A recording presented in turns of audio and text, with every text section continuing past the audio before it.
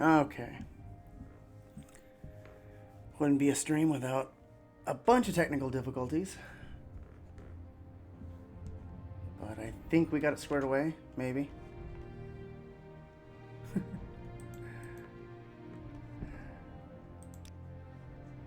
So, welcome to the stream. We're going to be playing The Elder Scrolls 3 Morrowind, continuing our Good Time Kitty game. Level 1 Good Time Kitty, Dado Lanji. She's a good girl. Give her pets.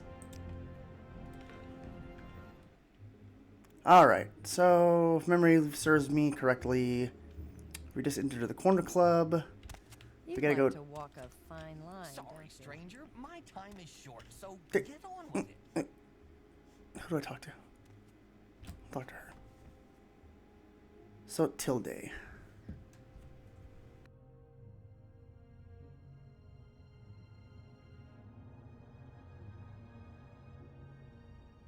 Sorry, I had to do an audio quality check to make sure you can hear not just the game, but my silky voice. Hello, friend. I'm Sotilde. Welcome to Balmora. If you have a question, I'll be happy to answer it, or try anyway. And if that's just a little if it's just a little advice you'd want, that's fine too. I think at this point we've kind of exhausted what we're going to get out of these, at least as far as generic responses. But whatever, it's a new day. Let's try it. I'm Sotilde. A little of this, a little of that. Balmora is the council seat of the Great House Hilalu, and the largest town on Vardenfall, except for Vivek City. Located on the Odai River, and sitting astride the Aldrun Vivek Reed, Balmora is an important mercantile trade and travel center. High Town is the administrative center, with the temple and the manor houses. The shops, guilds, and trade houses of the commercial district are north of the river. Labor Town's modest corner clubs and homes are south to the river. Let's go and ask about Caius Cosades. That old sugar tooth? I'm not sure where he's living now, but ask Bocula Closius, the owner. He'll know. Let's ask about the Kamona Tong. I don't trust you enough to talk about that, okay? Latest rumor. Everyone knows the Balmora magistrate, Nolus Artrius, is on the take. Thieves, thugs, and murderers are getting ridiculous sentences, or paying a drake and walking free. But they'll never get Artrius. He's got fat cats and family back in the city to cover him. The Legion champion, Larius Varro, over at Moonmoth Legion Fort. He has sworn an oath to stop corruption, but I don't see what he can do. Okay, it's a little niblet to thought on. A little advice. Keep a good sense of your surroundings. No matter how good you are at sneaking, you're always better off if no one is around. Little secret. Always carry a jug of Sujama on you. That burst of strength and the ability to penetrate armor and deal serious damage will give you the one-time punch to face an opponent you normally can't handle. So apparently Sujama is anabolic steroids. That is my understanding. Outlander. Yeah, Outland is pretty obvious. A Solstium. Terrible place. Someone in particular. None of the Hilalu counselors live in Balmora. Nileno Dorvain at the council hall is the ranking Hilalu local. At the Fighters Guild, Idis Fireeye is the steward. Ithasi Revain is the Morag Tong steward. Feldrero Sadri is the steward of the Balmora Tribunal Temple. Sugarlips Habasi is the local thieves guild boss. Who am I missing? Oh, Mages Guild. Ranus Arthurus is their steward. Alright. Yes, this is the south wall. Yes, this is the south wall. Yes, this is the south wall. Oh, geez. Okay, specific place. Balmora is a big town. Think in terms of districts. Hightown on the hill on the west has the Temple Hilalu Council Hall, rich manors, better shops, and the Morag Tong. The commercial district just west of the river has the Fighters Guild, the Mages Guild, shops and inns. Labor Town, east of the river, where the commoners and poor live, has only the South Wall Corner Club. Fort Moonmoth southeast of town, houses the Legion garrison and the Imperial cult. Continue. Roads south lead to Pelagiad, Seydanine, and Vivek. Silt Strider service goes to Seydanine, Alderaan, Suran, Vivek. Oh, and Vivek. I need to know when sentences end, guys. Roads north lead to Caldera and Alderaan. Guild gates at the Mages Guild can teleport you to Alderaan, Vivek, Caldera, Sadrith Mora, and Sadrith Mora for a fee. Hala Oad is southwest of the coast. There's no trail, and it's easy to get lost. The only route to Ghost Gate is via Foyada Momea.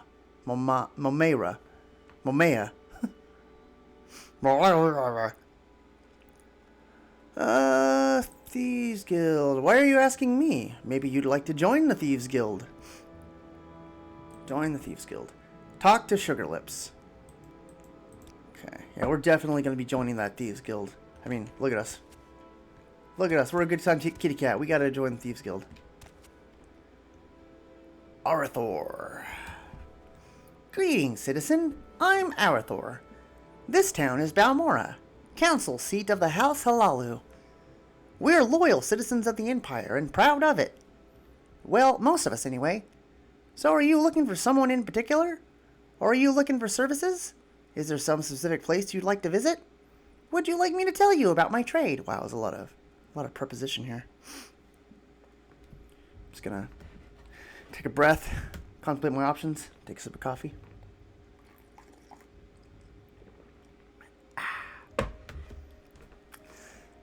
I will ask you about Balmora.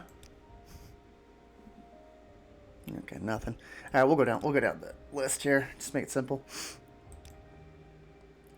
Bokala Closius. He's the owner. He must be around here somewhere. Thank God there's only 4 voices in Elder Scrolls that I can easily imitate.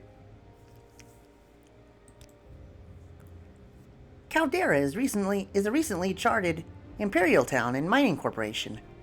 The Caldera Mining Company has been granted an imperial monopoly to remove raw ebony from the rich deposits here. Caldera has the appearance and flavor of a western imperial town.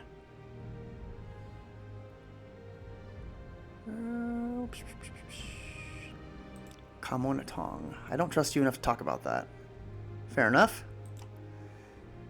Citizens of the Empire, my God. We've had peace and prosperity in Morrowind under the Empire for centuries. It's a government by law, and the legions enforce that law. The Empire has free trade and free religion, so we're rich in pockets and in spirit. Yes, there is corruption. Yes, there is crimes and criminals. Yes, the rich get richer and the poor get poorer. But overall, things are pretty good. I'm just seeing scathing 2020 America political commentary in these game writings from the late 90s. How could they have known? How could have Todd Howard have known?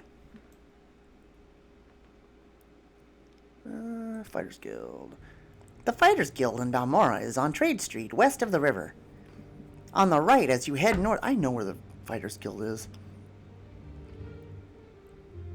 Eyes Fire Eye is the steward.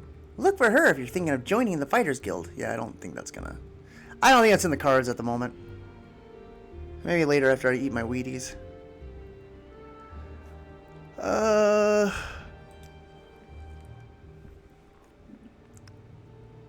Foyada Momea is a volcanic ravine that runs along the top of Red Mountain, southwest to its end below. Oh, wait. Southwest to its end just below Balmora. An old Dwemer bridge crosses the Foyota near Fort Moonmouth.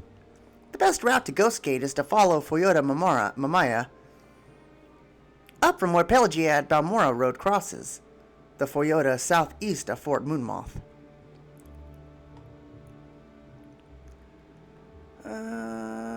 You can keep digging, but now we're just gonna let's go find Sugar Lips, or not Sugar Lip. Well, actually no. We might as well just go join the Thieves Guild while we're here. Are you looking for me? You want to join the Thieves Guild? You look like you may have some skill. You want to join? Or maybe you want to know what we're about. Yeah, let me in. You are now a toad in the Thieves Guild. Welcome, Sister Darolanji. Talk to me when you want to add some odd jobs to do, or want some odd jobs to do, and when you think you're ready for advancement. If you have a price on your head, there are those that can take care of that as well. I'm sorry, what was that, Sugar Lips? You just kind of trailed off.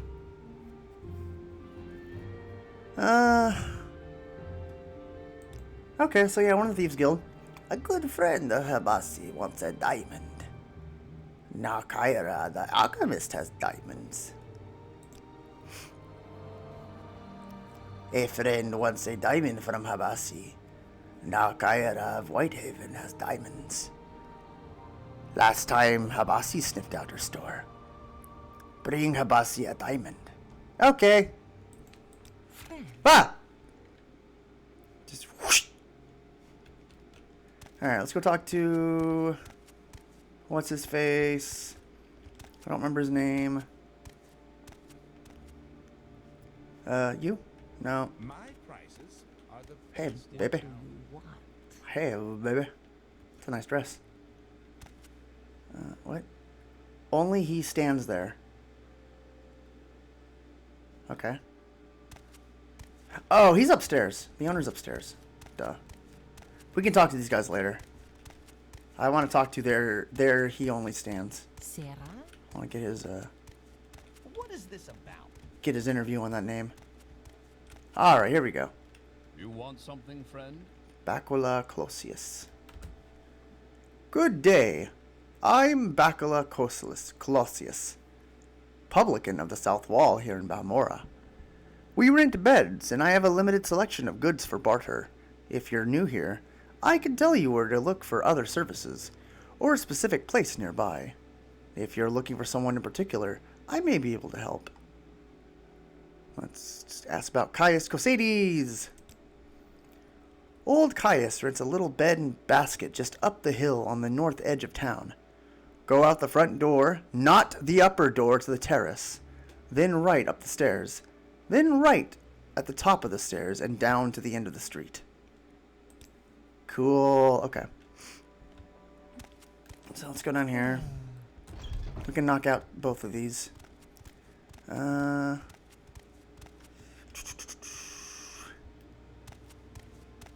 So I gotta get my bearings. Speak, traveler. Realize where I am. Okay, yeah, so we want to go over there. Wait, no, do we? No, I'm wrong. He's over here. I totally know where I am. I've played this game before. I promise. Oh. Hello, Daralanji. I am Dralosa Arthran, and this is Balmora. I don't believe we've met. Is there something I can do for you? Let's ask about Nalkaria of Whitehaven, just since... Her shop is a 2-story building on the northwest side of town. Okay, yeah. Speak, traveler. Speak, traveler. Alright, since we're here, let's go talk to Cosades. And then we'll go gank that diamond.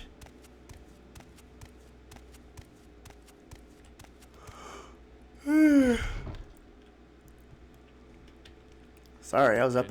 I was up late last night watching some Japanese wrestling, and hopefully you were too. Ooh, moon sugar. Can I take that?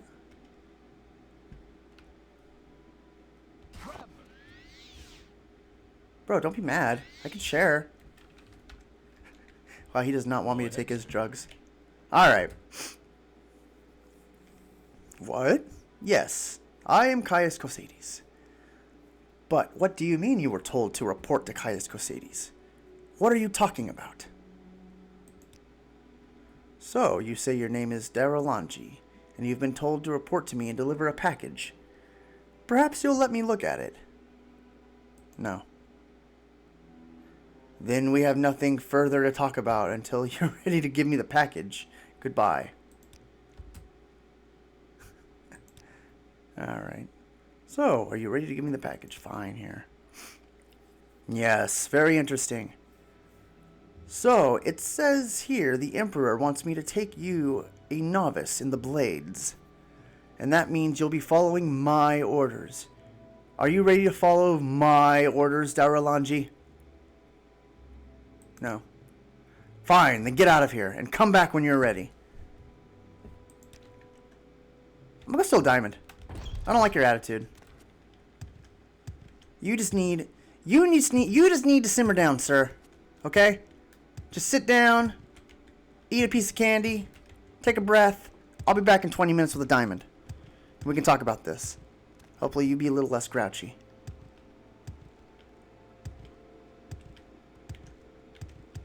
We gotta spam that jump button. 'Tis the Morrowind way. So yeah, we're up here in the... I already forgot what it's called, but the bougie district. Bougie district. Okay. So now I have to steal those diamonds somehow without being caught. Which technically is easier said than done. But I think I can do it. Basically, it just involves standing in front of them and hoping they forget that you're standing right in front of them. And then you just kind of nab it. My patience is limited. No, you don't see me. You don't see me. You don't see me. She's looking right at me. Ah! Even if she's looking at me, that sign says that she can't see me. Why, you little thief? Come back! Well, I didn't. I fucked up. You're beaten. You're beaten! I didn't even get a chance. What assistance do you need? Don't look at me! I'm not here! I'm invisible! I'm invincible! Okay, this was easier the first time I did it, or last time I did it. Is limited.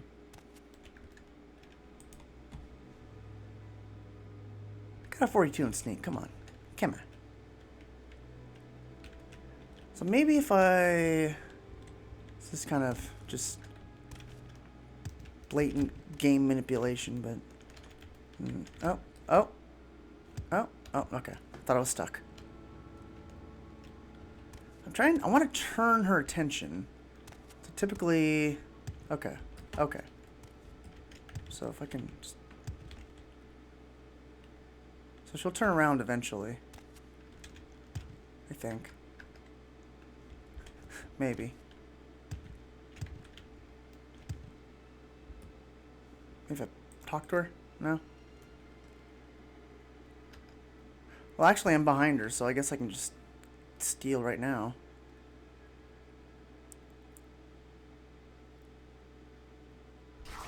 Ah! I just need one, but of course it's never enough.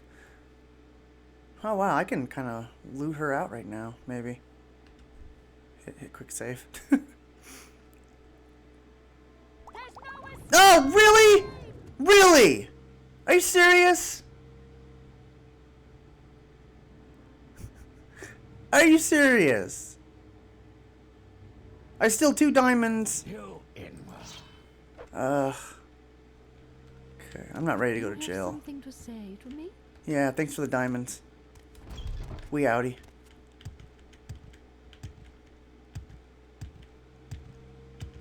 I think at some point I'm gonna try not to save scum so much, but this game is so random and unpredictable that kind kind of have to in the early going.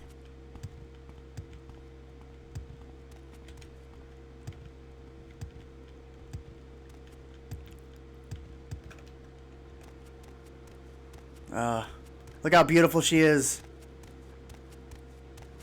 With her gallant strides. Totally not walking like she has a dump in her pants. Graceful.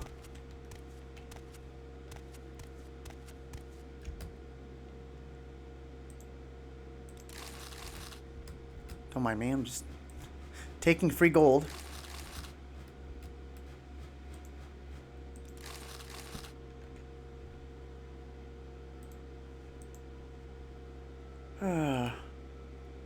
Hey, you boys got too many things open. So hold on.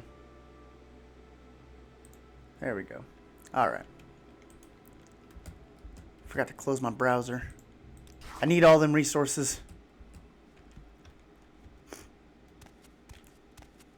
Anything in here? Nope. Alright. Alright. Enough bullshit. Let's go talk to Caius Cosades. Actually, I need to do one thing real quick. Hold on.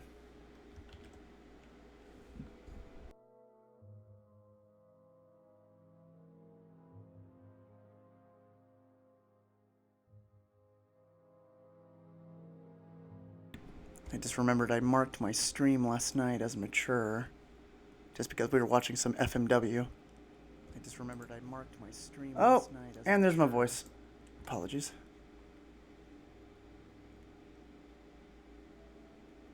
Where's this little option at?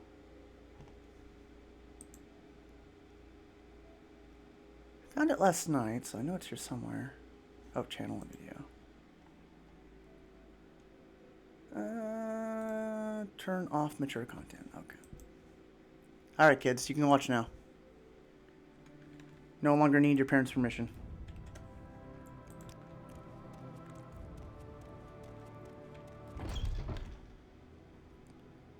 What? Why do you disturb me? Yeah, what? Why do you disturb me? By the way, we're reading that book here in a minute. Are you ready to join the Blades and follow my orders, Daralanji? Perhaps I wasn't sufficiently clear. First, we are to take care of the report to Caius Cosades' business. Because until you have properly reported to me and meekly agreed to follow my orders, then you won't be getting any orders from me. There, I joined the Blades. Good. Welcome to the service, Novice Daralanji. Now you belong to the Blades. We are the Emperor's eyes and ears in the provinces. You can use my bed now, or if you're in a hurry, I can give you orders right now. But don't forget to visit the Blades trainers. Orders. First thing, Pilgrim. You're new, and you look like it. Here's 200 drakes. Go get yourself a decent weapon or armor or a spell. And a second thing, you need a cover identity. Around here, freelance adventurers is a common profession. Sign on with the Fighters Guild, Mages Guild, or Imperial Cult. Or Imperial Legion. Advance in the ranks, gain skill and experience. Or go out on your own. Look for freelance work or trouble. Then when you're ready, come back and I'll have orders for you. Okay. Ready for orders? Good. Go talk to Hasfut Antibolus at the Balmora Fighters Guild. Ask him what he knows about the Nerevarine secret cult and the Sixth House secret cult. You'll have to do him a favor first. Probably an ugly favor, but do it. Then get the information from the Antibolus and report back to me. By the way, Hasfat is a student of Morrowind history. Take the chance to get a little education. And I have a few history books in here. Help yourself. You're welcome to them. No point in being a part of history if you're too ignorant to understand it. Okay. Okay. So I can have your history books, but I can't have your moon sugar. I'm stealing that moon sugar.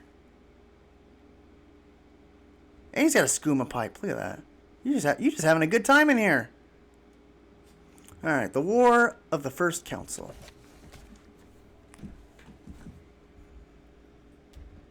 Gonna get some lore up in here.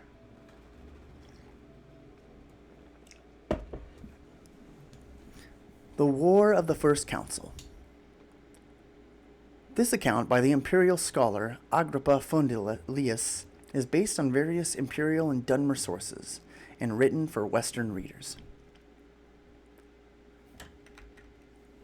The War of the First Council was a first-age religious of conflict between the secular Dunmer houses Dwemer and Dagoth, and the orthodox Dunmer houses Edoriel, Redoran, Dress, Hilalu, and Tilvani. The First Council was the first pan-Dunmer governing body, which collapsed over disputes about sorceries and enchantments practices by the Dwemer and declared profane by the other houses. The secular houses, less numerous but politically and magically more advanced, and aided by Nord and Orc clans drawn by promise of land and booty, initially campaigned with great success in the north of Morrowind, and accompanied much of the land now comprising Redoran, Vardenfell, and the Tilvani district. The Orthodox houses, widely dispersed and poorly organized, suffered defeat after defeat until Nerevar was made general of all house troops and levies. Nerevar secured the aid of nomad barbarian tribesmen and contrived to force a major battle at the secular stronghold of Red Mountain on Vardenfell.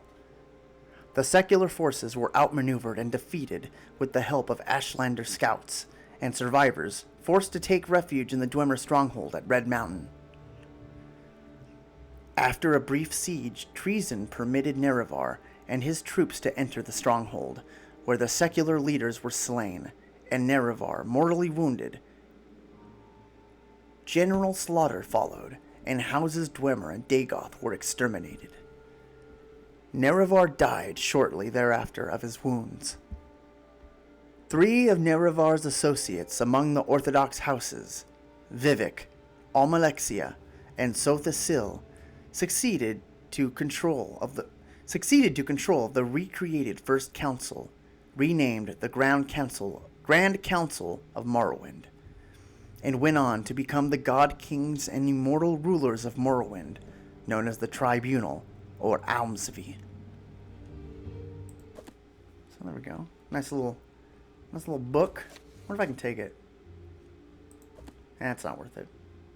I want that moon sugar! I want the moon sugar. I wants the moon sugar. I needs it.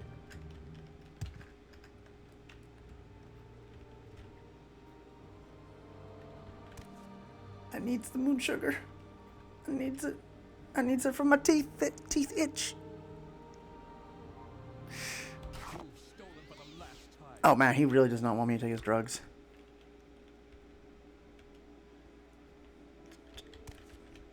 Maybe if I just... What's this about? Haha. Haha, yes. Just turn a little more. Turn a little more.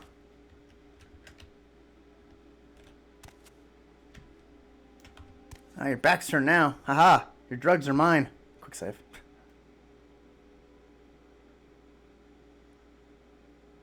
Totally. You can't see me, right? You can't see me, right? I'm about to steal your drugs.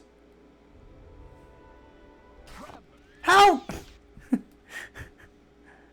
I know you gotta wait for the icon, but sometimes even when you do it when the icon's up, it doesn't work.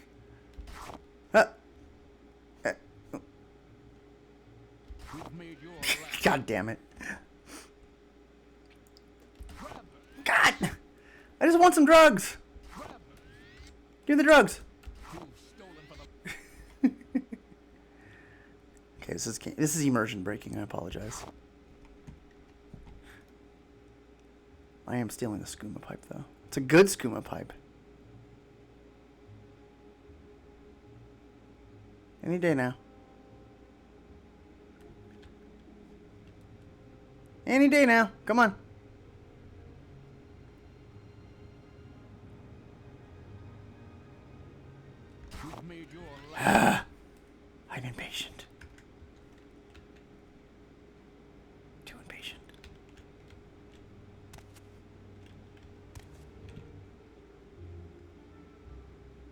skooma pipe. I need the skooma pipe.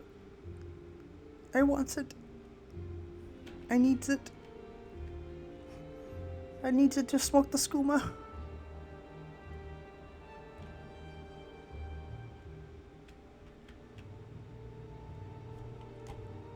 What are you, just all-knowing?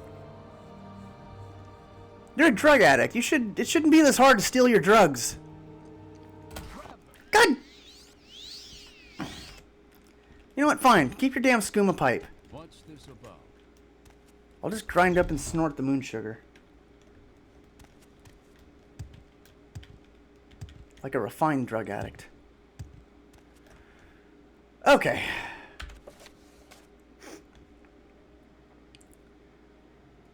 The Spy Master has sent me to talk to Hasfat Antibulus at the Balmora Fighters Guild.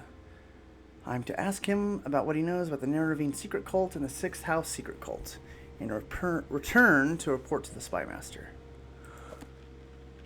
Okay, well, let's go over to the corner club here and turn in the diamond.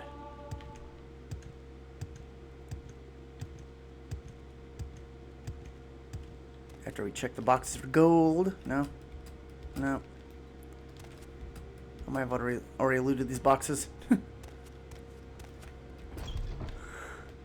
Oh, I'm so slow. Have you found a diamond for Habasi? You have a diamond for Habasi, as I repeat myself. Yes, a diamond. Habasi will take care of everything. Habasi cannot pay you until Habasi's friend pays Habasi. But Habasi has this potion to give you. Gee, thanks. Oh, exclusive invisibility. That's not too bad. Advancement. Congratulations, Darolanji. You are now Darolanji the Wet Ear. Yais! Yais! Yais, you guys. Give me a yais. Okay, well, can't buy anything. Alright, well. Let's go talk to these interesting characters down here. What time is it? 9 p.m. Yeah, it's the converting hour.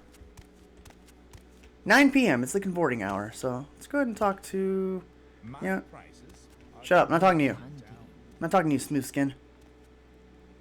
Let's talk to this sexy little kitty cat right here. Welcome to Balmora, council seat of House Hilalu. How can I serve you? Background. Chiranir, let's see, Chiranir. Chiranir hears you. Chiranir is in the guild. Giving me the wink, I guess. Let's see. Caius Cosadis. The old gray hair gobbles sugar like scuttle. Chiranir is surprised he still walks, but it doesn't affect him. That is the mark of a long-time user. Oh, man. So Cosades is in deep with drug use. He's smoking so much moon sugar he doesn't get the feeling anymore. He's built up a high tolerance. That's never good. You gotta take days off from that stuff, man, so you can enjoy it.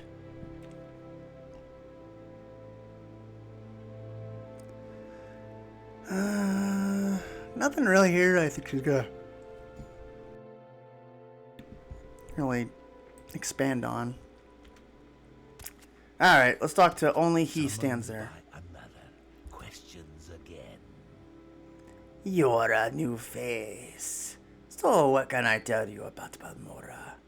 I like to swap the latest rumors. When there's something juicy enough to... Yeah, and my Argonian voice is going to sound just like my Khajiit voice, I'm sorry. When there's something juicy enough to gossip about. Or maybe you have a little secret. Maybe I have one to trade. Let's talk about rumors. Sia has a bit of a sweet tooth, if you know what I mean. Actually hit my mute button. I heard her connection hasn't arrived yet, though she's been acting a bit jump. Okay, so this is... I can be a moon sugar dealer, from the sounds of it. Where Let's see, little advice. Are you interested in the healer's trade in Morrowind? Maybe you should talk to Igova at Fort Pelagiad in Pelagiad Village. She's very nice, experienced, and very patient with questions. Almost said customers.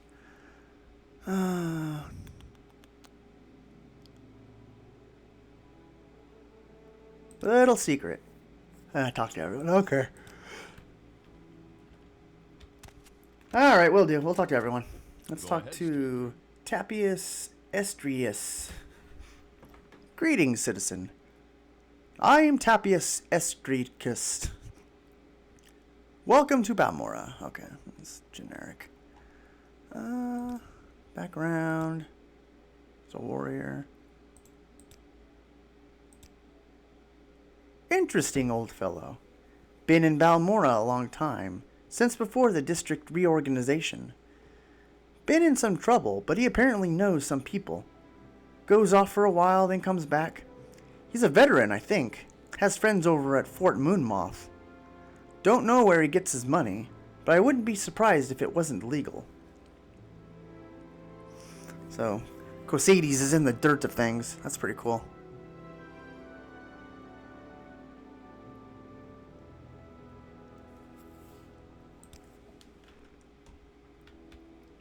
Let's go talk to the barkeep. Good hunting. My prices are the best in town. Fane Riel. Hello, friend. I'm Fane Riel. Welcome to Balmora. If you have a question, I'll be happy to answer it. Or try anyways. And if it's just a little bit of advice you'd like, that's fine too. A little advice. You will get slaughtered if you start acting like a warrior. Always sneak up on your target and take advantage of your stealth. Even a dagger is effective if used in the right way at the right time. That's a very good point. Very good advice. Any jobs or leads for me, Wet Ear? I don't know how to answer that question. Okay. Not too much to get into right here. Greetings, friend. All right, I'm listening. Hey! Guess for roleplay's sake, let's go to bed.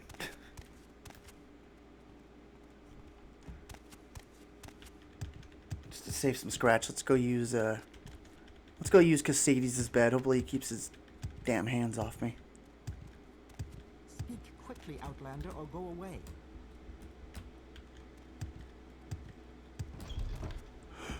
Hey, old man, I'm going to sleep. Good night. 10 p.m. This is early for me.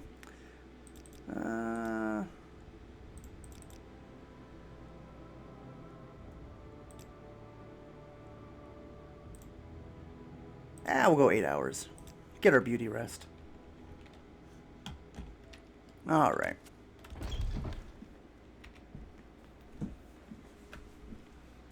All right, 6 a.m. Ask Crack of Dawn.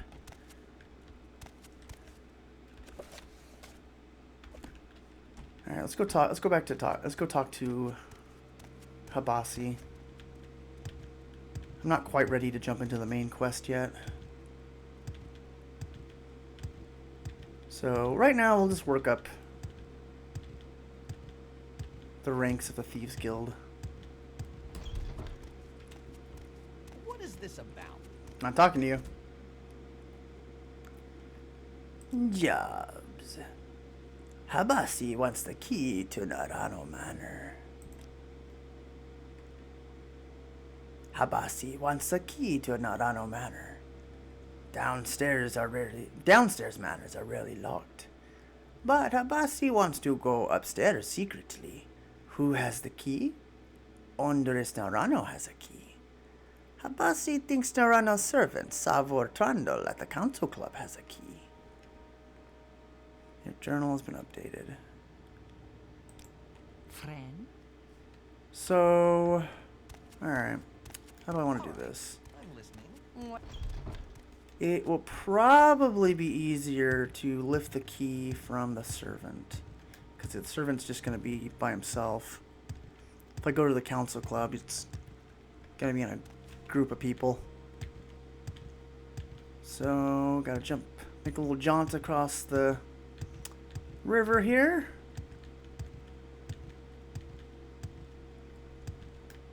A little hop, hop, hop. Oh, an orc. Let's talk to an orc. Hi, orc. Say your words. Shargam Gro Shog Dog. Okay. Hello, friend. I'm Shargam Gro Shagro. Welcome to Balmora. Is there anything interesting that he talks about?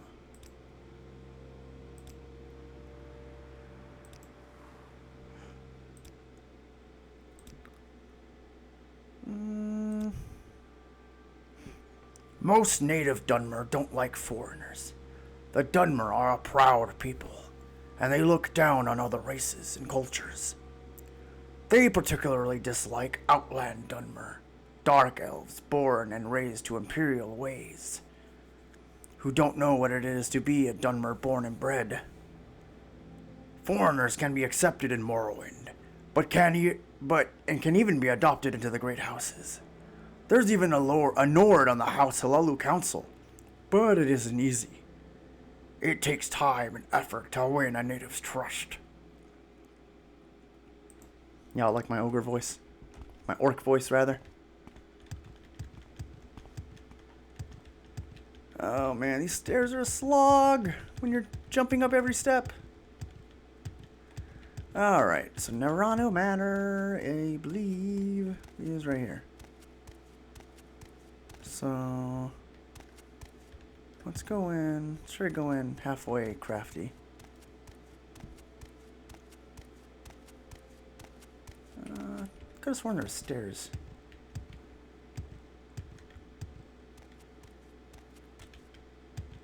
The stairs are here.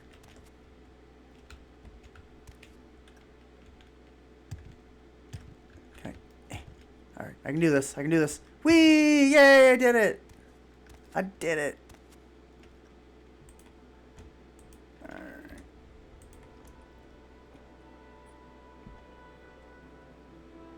I'll just stick with the apprentice lockpick. Did I just put it on the ground, didn't I? That was embarrassing.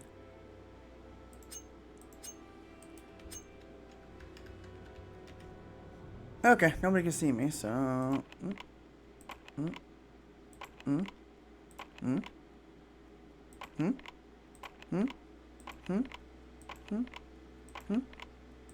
Seriously? Seriously? This is unacceptable! Oh, finally. Oh, alright. This guy has books, too. So we're gonna read some books.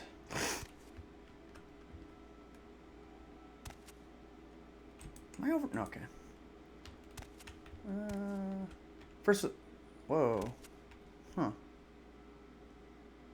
Interesting. This place was ransacked.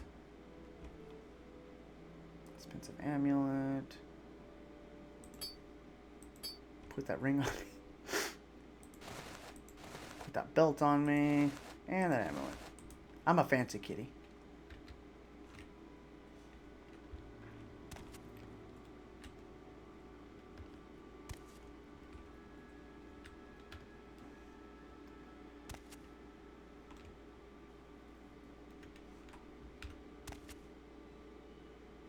So what's the store?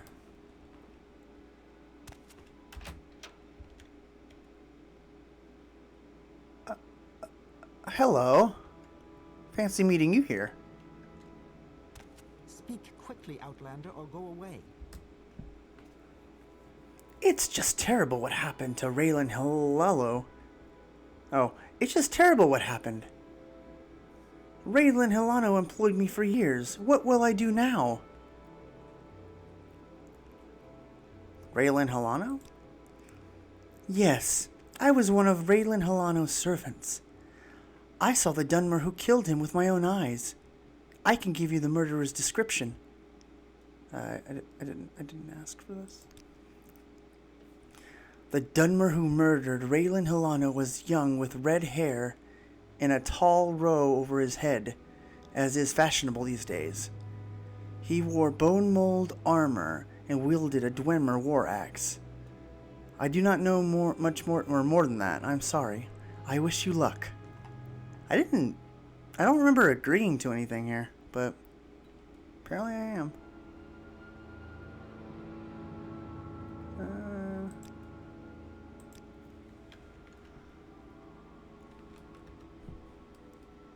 Can I read this book without her losing her shit?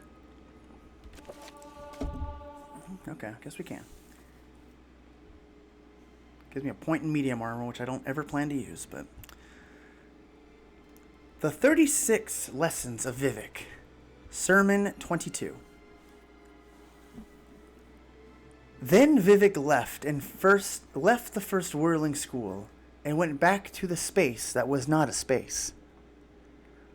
From the provisional house, he looked into the middle world to find the second monster, which was called the Treasured Wood Sword. Within years of the pomegranate banquet, it had become a lessening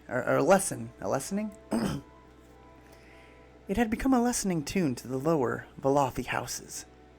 They preached of its power. The Treasured Wood Sword, splinter, scintilla of the high and glorious. He who wields it becomes self-known. The warrior poet appeared as a visitation in the ancestor alcove of House Mora, whose rose-worn prince of garlands was a hero against the northern demons. Vivek congregated with the bones, he said. A scavenger cannot acquire a silk sash and expect to discover the greater systems of its predecessor. Perfect happiness is embraced only by the weeping. Give me back, and do so freely, what is barren of my marriage, and I will not erase you from the thought realm of God. Your line has a notable enchantress that my sister Aam is fond of, and from her murky wisdom alone I condescend to ask. A bone walker emerged from a wall. It had 3 precious stones set in its lower jaw. A magical practice of old. One was opal, the color of opal. The bone walker bowed to the prince of the middle air and said, "The treasure wood sword will not leave our house. Bargains were made with the Black Hands Mafella, the greater shade." Vivek kissed the first precious stone and said, "Animal picture, rude walker, go back to the lamp that says lit in water, and store no more messages of useless noise. Down." He kissed the second precious stone and said, "Proud residue, certain dispersed, serve no guarantees made in my foreimage, and demand nothing of its underskin. I am master evermore. Down." He kissed the opal and said, "Down I take thee." And then Vivek withdrew into the hidden place and found the darkest mother of the Morag Tong, taking them all to wife, and filling them with undusted loyalty that tasted of summer salt. Wow. They became as Black Queen, screaming live, with 100 murderous sons, 1,000 murderous arms, and 100,000 murderous hands. One vast moving event of thrusting kill laughter in alleys, palaces, workshops, cities, and secret halls. Their movements among the holdings of Ratham were as rippled endings, heaving between times, with all fates leading to swallowed knives, murderer as moaning, God's holy rape eraser of wet death. This is epic. The King of Assassins presented to Vivek the treasure wood sword.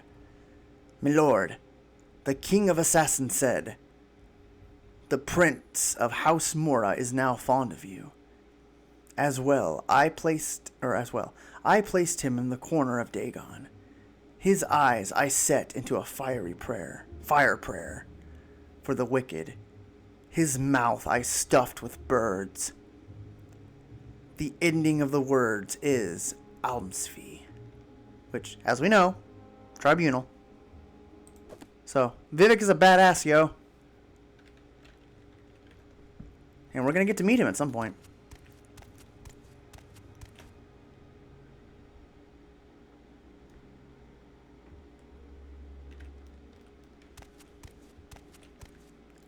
What?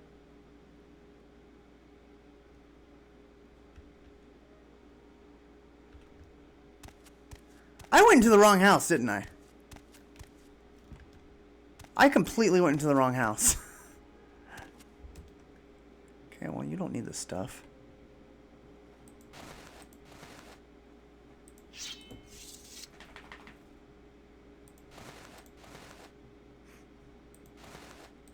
Yeah, you don't need this stuff. I'll just take it from you.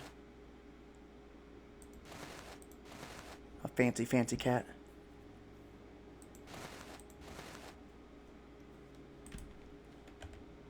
Yeah, look at me. Look at me, I'm a fancy lad. I'm a fancy lass. Okay, anything worth ganking? Got some boxes.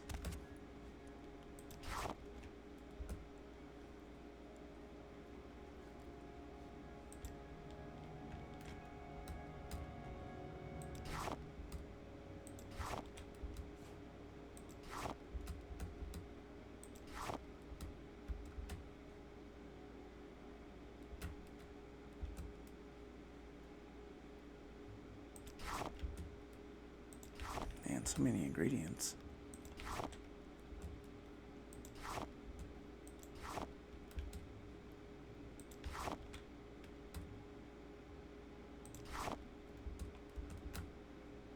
No gold, though. Oh, there we go.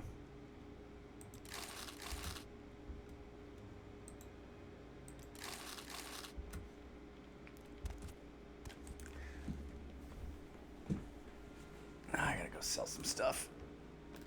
My little kitty body can't carry that much.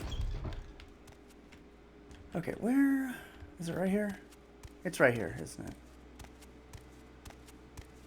Nerano. Yep. Okay. All right, let's try this again.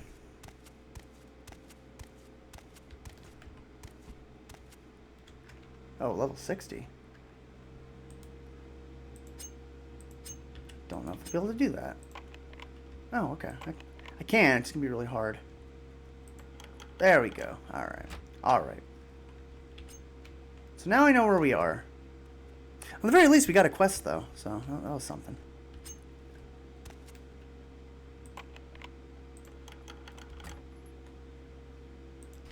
Don't mind me.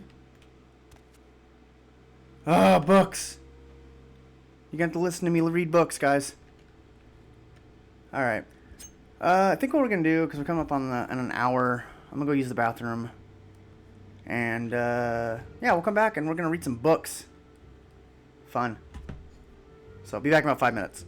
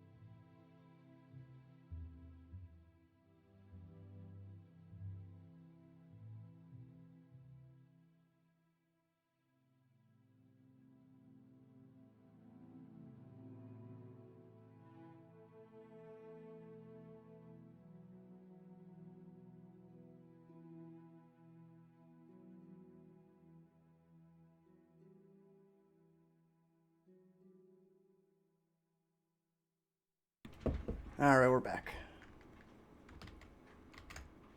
Are we back? We're back.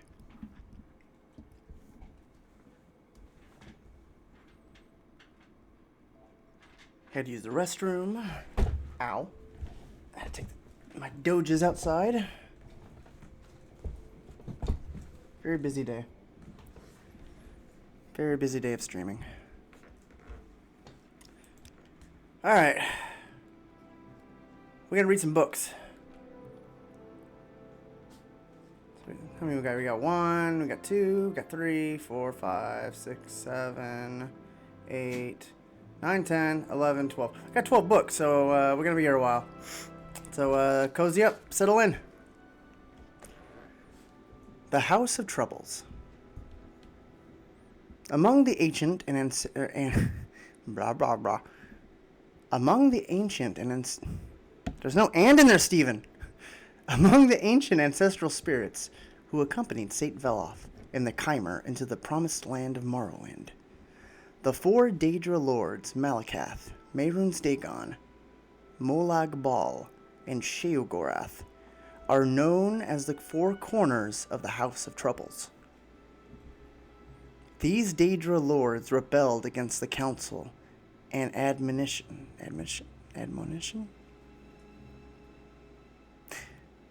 These Daedra lords rebelled against the council and admonition of the tribunal, causing great kinstrife and confusion among the clans and great houses. Malakath, Mehrunes Dagon, Molag Bal, and Sheogorath are holy in that they serve the rule of obstacles during the testing. Through time, they have sometimes become associated with local enemies like the Nords, Akaviri, or mountain orcs. When are they going to make a game about the Akaviri? That's what I want to know. That's what I'm waiting for. Malakath is the reanimated dung that... This is one thing that's interesting. The Dunmer hate Malakath. In fact, because every time they mention Malakath, it's pretty much... It's this phrase... It may as well be his whole name. Malakath is the reanimated dung that was Trinamak. We'll get into that, though, later. So, here we go. Malakath is the reanimated dung that was Trinamak. Malakath is a weak but vengeful god. They do not like Malakath. The Dark Elves say he is Malak, the god king of the orcs. He tests the Dunmer for physical weakness. Molag Bal is, in Morrowind, the king of rape. In the year 2020 of our Lord Daisuke Sekimoto, it's a very hard phrase to read. King of rape. He tries to upset the bloodlines of houses and otherwise ruin the Dunmer gene pool. A race of monsters said to live in Molag Amur are the result of his seduction of Vivek during the previous era. So apparently, Molag Bal and Vivek got freaky in the previous era. That's what I'm understanding. We've confirmed that Vivek fucks. Sheogorath is the king of madness. He always tests the Dunmer for mental weakness. In many legends, he is called upon the one Dunmer faction against another. In many legends, he is called upon by one Dunmer faction against another.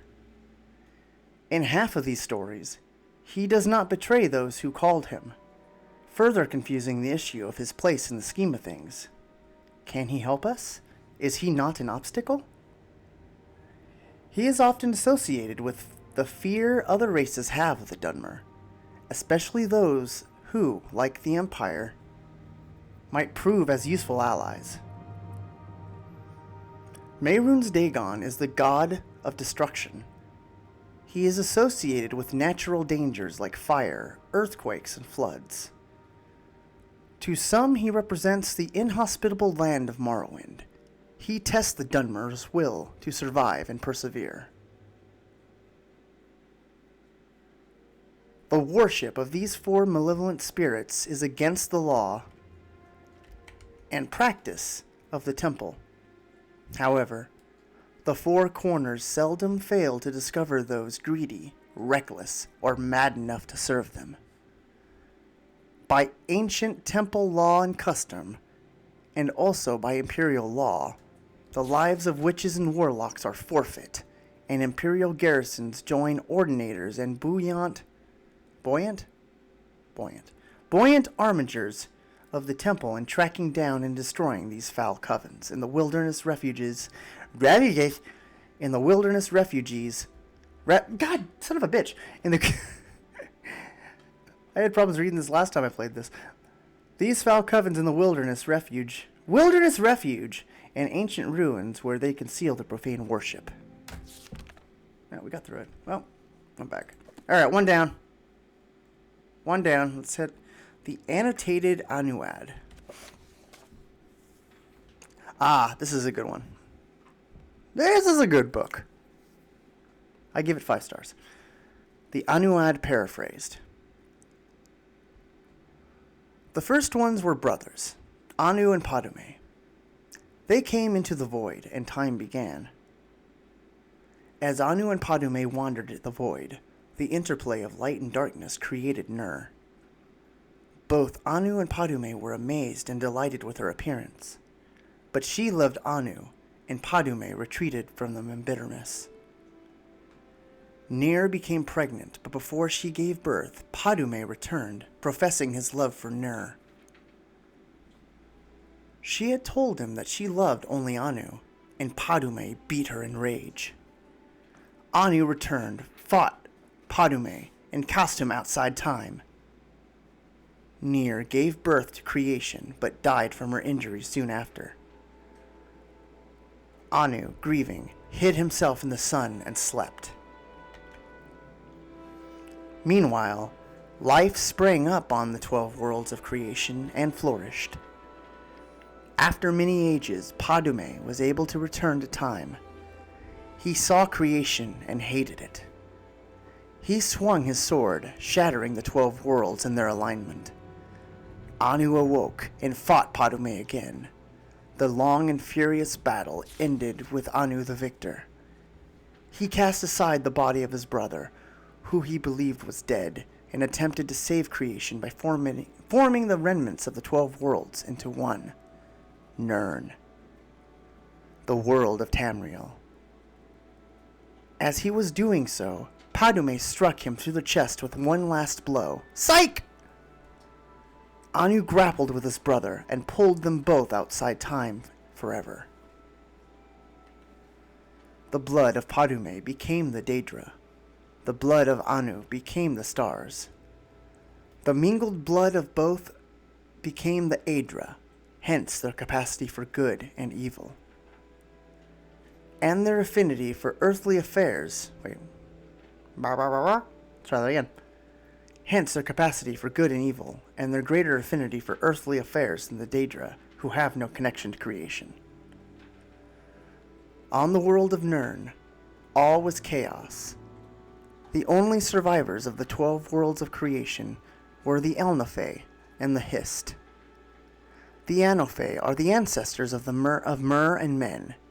The Hist are the trees of Argonia. Nirn originally was all land with interspersed seas but no oceans. Whoops. A large fragment of the Anophe world landed on Nirn relatively intact. And the Elnophe, Elnophe, living there, were the ancestors of the Mer. Those Anophe fortified their borders from the chaos outside, hid their pocket of calm, and attempted to live on as before. Other Anophe arrived on Nirn, scattered amid the confused jumble of the shattered worlds, wandering and finding each other over the years. Eventually, the wandering Anophe found the hidden land of old Anophe, and were amazed and joyful to find their kin living amid the splendor of ages past. The wandering Anophe expected to be welcomed into the peaceful realm, but the old Anophe looked on them as degenerates, fallen from their former glory. For whatever reason, war broke out, raged across the whole of Nirn. The old Enelfe retained their ancient power and knowledge, but the wanderers were more numerous and toughened by their long struggle to survive on Nirn. They leveled up, in other words. This war reshaped the face of Nirn, sinking much of the land beneath new oceans, and leaving the lands as we know them, Tamriel, Akavir, Atmora, and Yakuta. The old Anofe realm, although ruined, became Tamriel. The remnants of the Wanderers were left divided on the three continents. The other three continents. Apologies. Over many years, the Anofe of Tamriel became the Mer elves. I don't know why I said it that way. The Dwemer, the deep elves. Sometimes the dwarves. The Chimer. I'm not going to keep that voice up. The changed ones, who later became the Dunmer. The Dunmer. The dark or cursed ones. The dark elves. The Bosmer. The green or forest ones. The wood elves. The Altmer. The elder or high ones. On the other continents, the wandering Enofe became the men, the Nords of Atmora, the Red Guards of Yakuta, and the Seishi. Seishi? The Seishi of Akavir. The Hist were bystanders in the Enofe War, but most of their realm was destroyed as the war passed over it. A small corner of it survived to become Black Marsh in Tamriel, but most of their realm was sunk beneath the sea. Eventually, men returned to Tamriel. The Nords were the first, colonizing the northern coast of Tamriel before recorded history, led by the legendary Ysgramor. The 13th of his line, King Harold, was the first to appear in written history. And so the mythic era ended. Cody! What's going on, dude? Welcome to my stream where I read, Morrowind books. Oh, we just read that one. The Anticipations. The Daedra are powerful ancestors. The Daedra are powerful ancestor spirits, similar in form and substance to the Tribunal. Blessed be their holy names. But weaker in power and more arbitrary, and removed from the affairs of mortals. In old times, the Chimer worshipped the Daedra as gods, but they did not deserve their veneration. This veneration. For the Daedra harm their worshippers as often as help them. The advent of the Tribunal, blessed be their holy names. Gotta put some respect on it. The advent of the Tribunal, blessed be their holy names, changed this unhappy state. By the apotheosis of the Tribunal, blessed be their holy names, became the protectors and high ancestor spirits of the Dunmer, and bade the Daedra to give proper veneration and obedience. The three good Daedra, Bothia, Ozura, and Mafella, recognized the divinity of the triune ancestors, blessed be their holy names. The rebel Daedra, Molag Bal, remember, King of Rape, Molakath, Sheogorath, and Mehrunes Dagon refused to swear fealty to the Tribunal, blessed be their holy names, and their worshippers were cast out.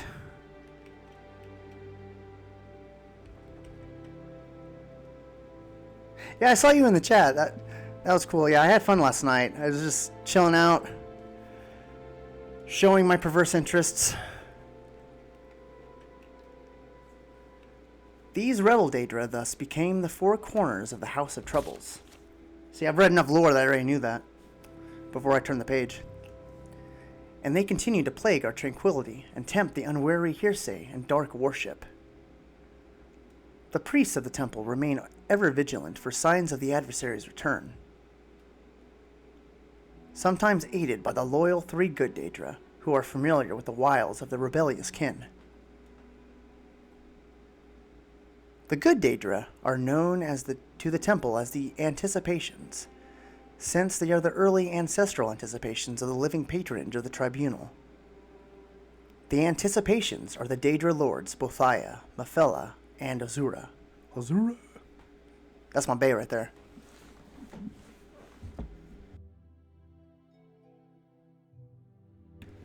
Bothaya is the anticipation of Almalexia, but male to her female.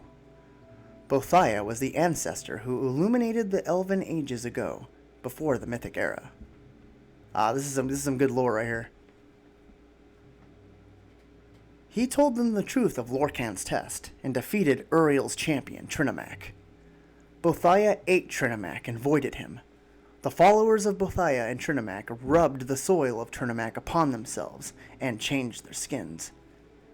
This is the creation of the orc race, I believe. Mafella is the anticipation of Vivek, but manifold the androgynous. But manifold and androgynous. I don't know, I kind of like manifold the androgynous. That's like a badass RPG character. Anyway, Mafella taught the Chimer to evade their enemies or kill them with secret murder. That's the best kind of murder. The Chimer were few in those days and threatened on all sides. Ah! Right. Okay, no, I turned the page correctly. Mafella taught the Chimer to build houses. Later, Mafella created the Morag Tong. Azura is the anticipation of Sotha Sil, but female to his male. Azura was the ancestor who taught the Chimer how to be different from the Altmer. Her teachings are sometimes attributed to Bothaya. In the stories, Azura is often encountered more as a communal progenitor of the race as a whole, rather than as an individual ancestor. She is associated with dusk and dawn, and is sometimes called the Mother Soul. Azura's star, also called the Twilight Star, appears briefly at dawn and dusk, low on the horizon, and the constellation appears briefly at dawn and dusk, low on the horizon below the constellation of the Steed. Azura is associated with mystery and magic, fate and prophecy. Alright, that's a good book. If I wasn't a weak little kitty cat, I would just take all these books and hoard them. So where are we at? Okay. Varieties of Faith. Alright, here we go. This is a long one. I'm gonna take a sip of coffee. I played the start of this game like a few days ago, so I kind of, in preparation for this, read all these in advance. So this basically is going to go over all the variances and differences in religion in the Elder Scrolls games. And it's a lot of it's mundane, repetitive information. You'll notice. I mean, it doesn't take a genius to kind of look at some of the names and see, there's a Keen and then there's a Kinnereth. Huh. Interesting. I wonder if there's a Junal and a Julianos. It's kind of Mori House, Hermamora. Yeah, see, so it's going to be a lot of this, but we're going to get through this. It's still fun. Todd Howard put work into this. We got to read it. Varieties of Faith in the Empire by Brother Michael Karkixer of the Imperial College. This is my best attempt at a listing of the pantheons and associated divine spirits of Tamriel's dominant cultures. This list is by no means complete. The Imperial City and Cyrodiil alone boast a vast host of saints and holy spirits.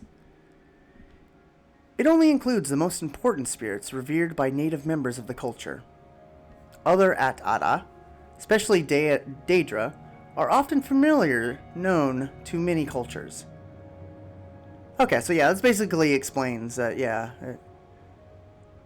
a lot of these gods are very familiar to the different races. Those specific names are included here only when they possess a particular cultural significance.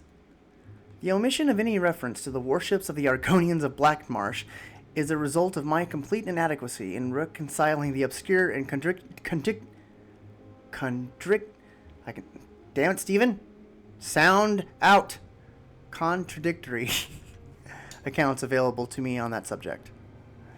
The 8 pantheons: Cyrodiil, Akatosh, Dibella, Arkay, Zenithar, Mara, Stendarr, Kinnereth, Julianos, Shazar, Tiber's Septum, Morihaus, Riemann.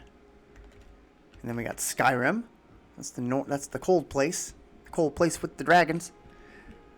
Alduin, speaking of dragons, Dibella, Orkay, Sun, Mara, Stune, Keen, Junal, Shor, Ysmir, Hermamora, and Moloch. The Altmer, the High Elves. Ariel, Trinamac, Magnus, Sira Bane, Ifri, Xarxus, Mara, Stendarr, Larkan, Finmaster, Finaster, we'll go Finnaster. So I don't know if it's just because the elf language is just different from men, but like I kind of noticed that, you know, Trinamac's an actual person. Ariel, like, is that just the elven version of Akatosh? I don't know. Anyway.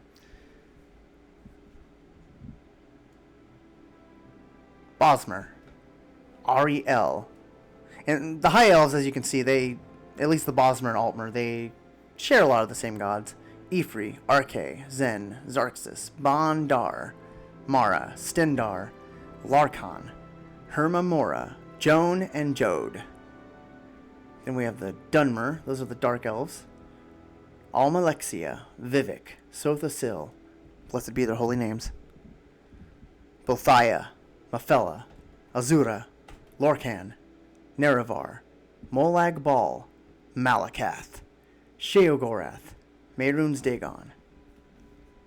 So we're going to be hearing a lot about these guys because we're in Morrowind and this is where the Dunmer live. Alright, Yakuda. Those are the Redguard. Sadakal, Ruptika, Tuwaka, Zet, Morwa, Tava, Maluk, Diagna, Sep, Hunding, Leki, Onsi. These are fun names. It's probably not, but I want to say Sep is just like a shorthand, cute nickname the Redguard have for Tiber Septim. Like, oh, Sep. Let's call him Sep. Probably not, though. Alright, Brittany. Those are the Bretons, obviously. Akatosh, Magnus, Ifri, Dibella, Arkay, Zenithar, Mara, Stendarr, Kinnereth, Julianos, Sheor, and Finmaster. So that's kind of interesting. The Bretons have a light mix of men, or human gods, and elven gods. It's kind of cool. Alright, this is where we get pertinent to our character, our good time kitty, Elsewhere. That's the homeland of the Khajiit. So, we worship Alkosh, Kinarthi, Ridothar, Jakarje, Mara, Serendar, Lorkash, Rajin, Bandar, Azura, and Shagorath.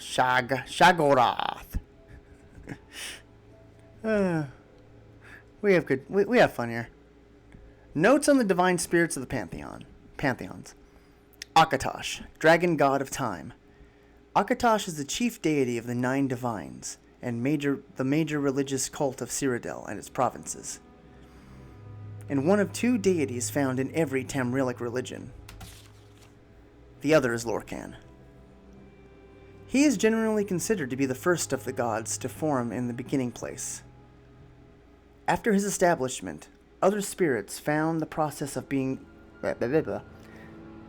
After his establishment, other spirits found the process of being easier. Found the process of being easier? And the various pantheons of the world emerged. Did I just have a stroke?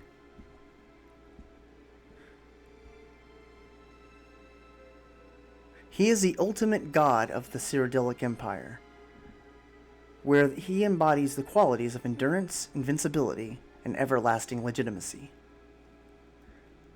Alduin, the World Eater. Alduin is the Nordic variation of Akatosh, and only superficially resembles his counterpart in the Nine Divines. For example, Alduin Sobriquet, the World Eater, comes from myths that depict him as the horrible, ravaging firestorm that destroyed the last world to begin this one.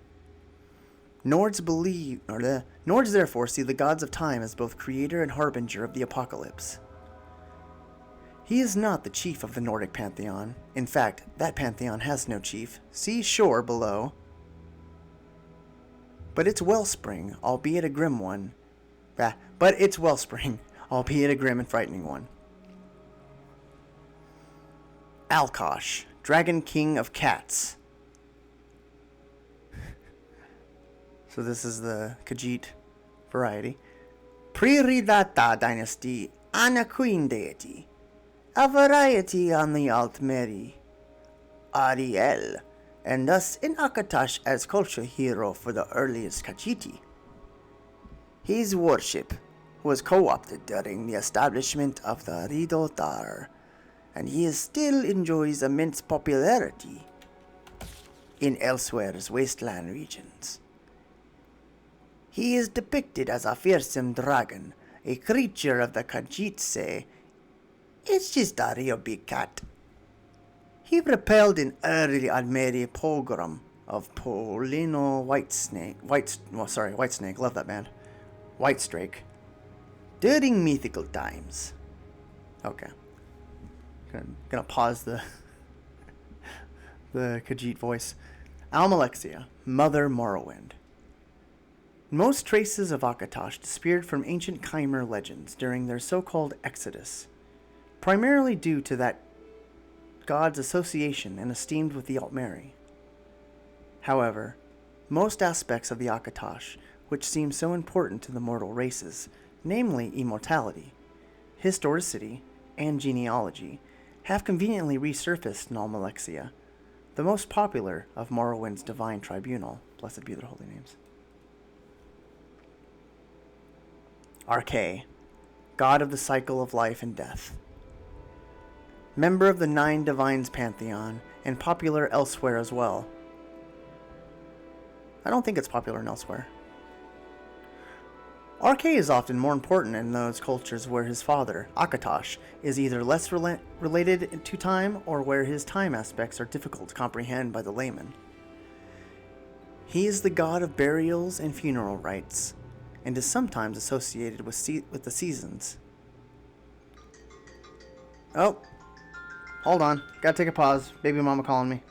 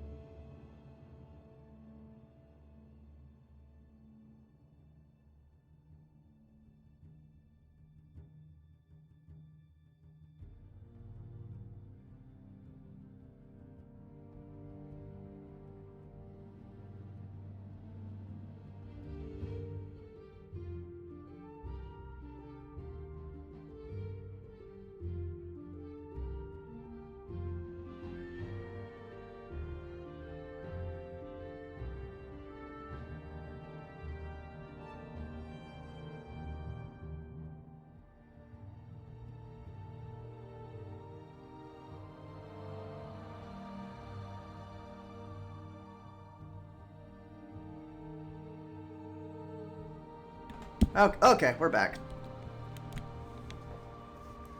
I had to lay down the law. I had to say, woman, I am streaming on Twitch for the boys and the girls and everything in between. We're reading books. No, actually, no. I did not lay down the law, but...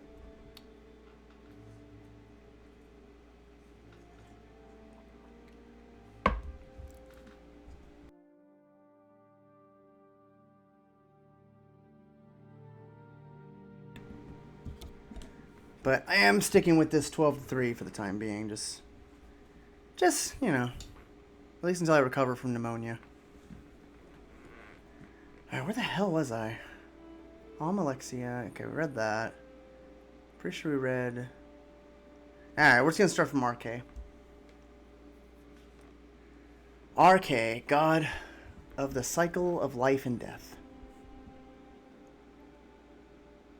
Wait. Oh, no. I didn't cue it back yet. Party foul. Hold on. Haha. I did it. Alright. RK, God of the cycle of life and death. Member of the Nine Divines Pantheon, and popular elsewhere as well. RK is often... I have a friend named RK, so it's hard not to think of my pal RK every time I read RK.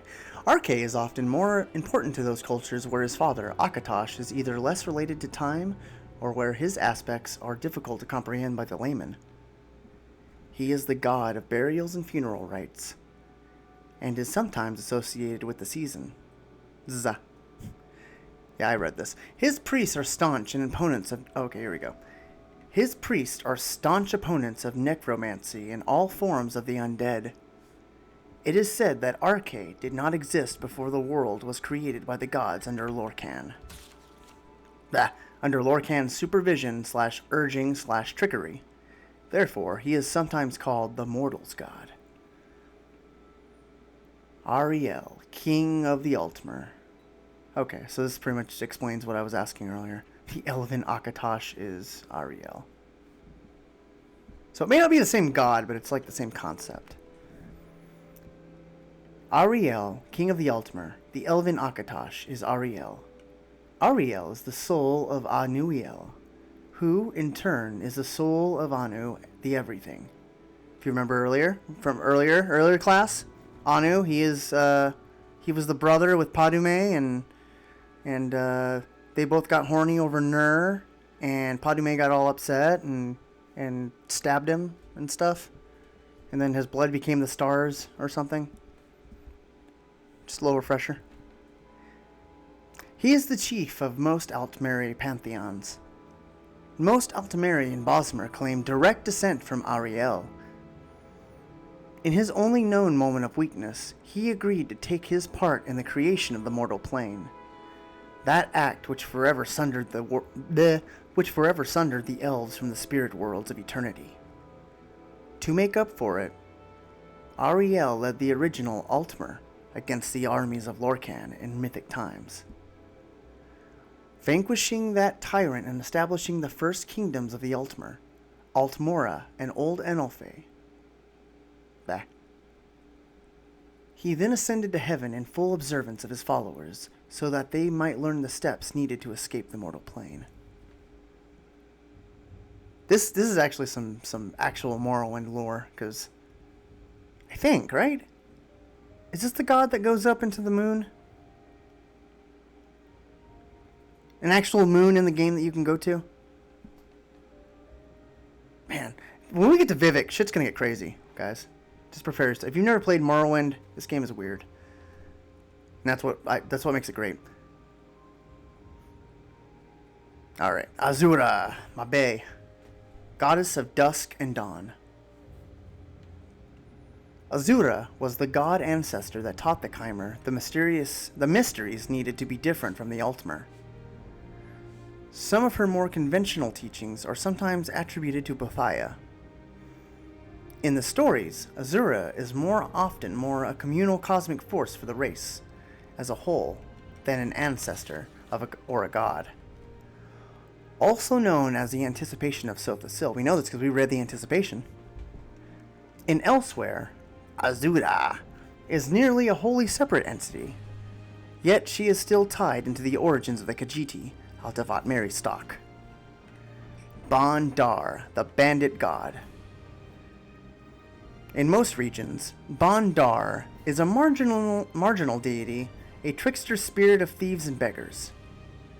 In Elsewhere, he is more important and is regarded as the pariah. In this aspect, Ban-Dar becomes the cleverness or desperate genius of the long-suffering Khajiit, whose last-minute plans always upset the machinations of their human or elven enemies. Bothaya, Prince of Plots.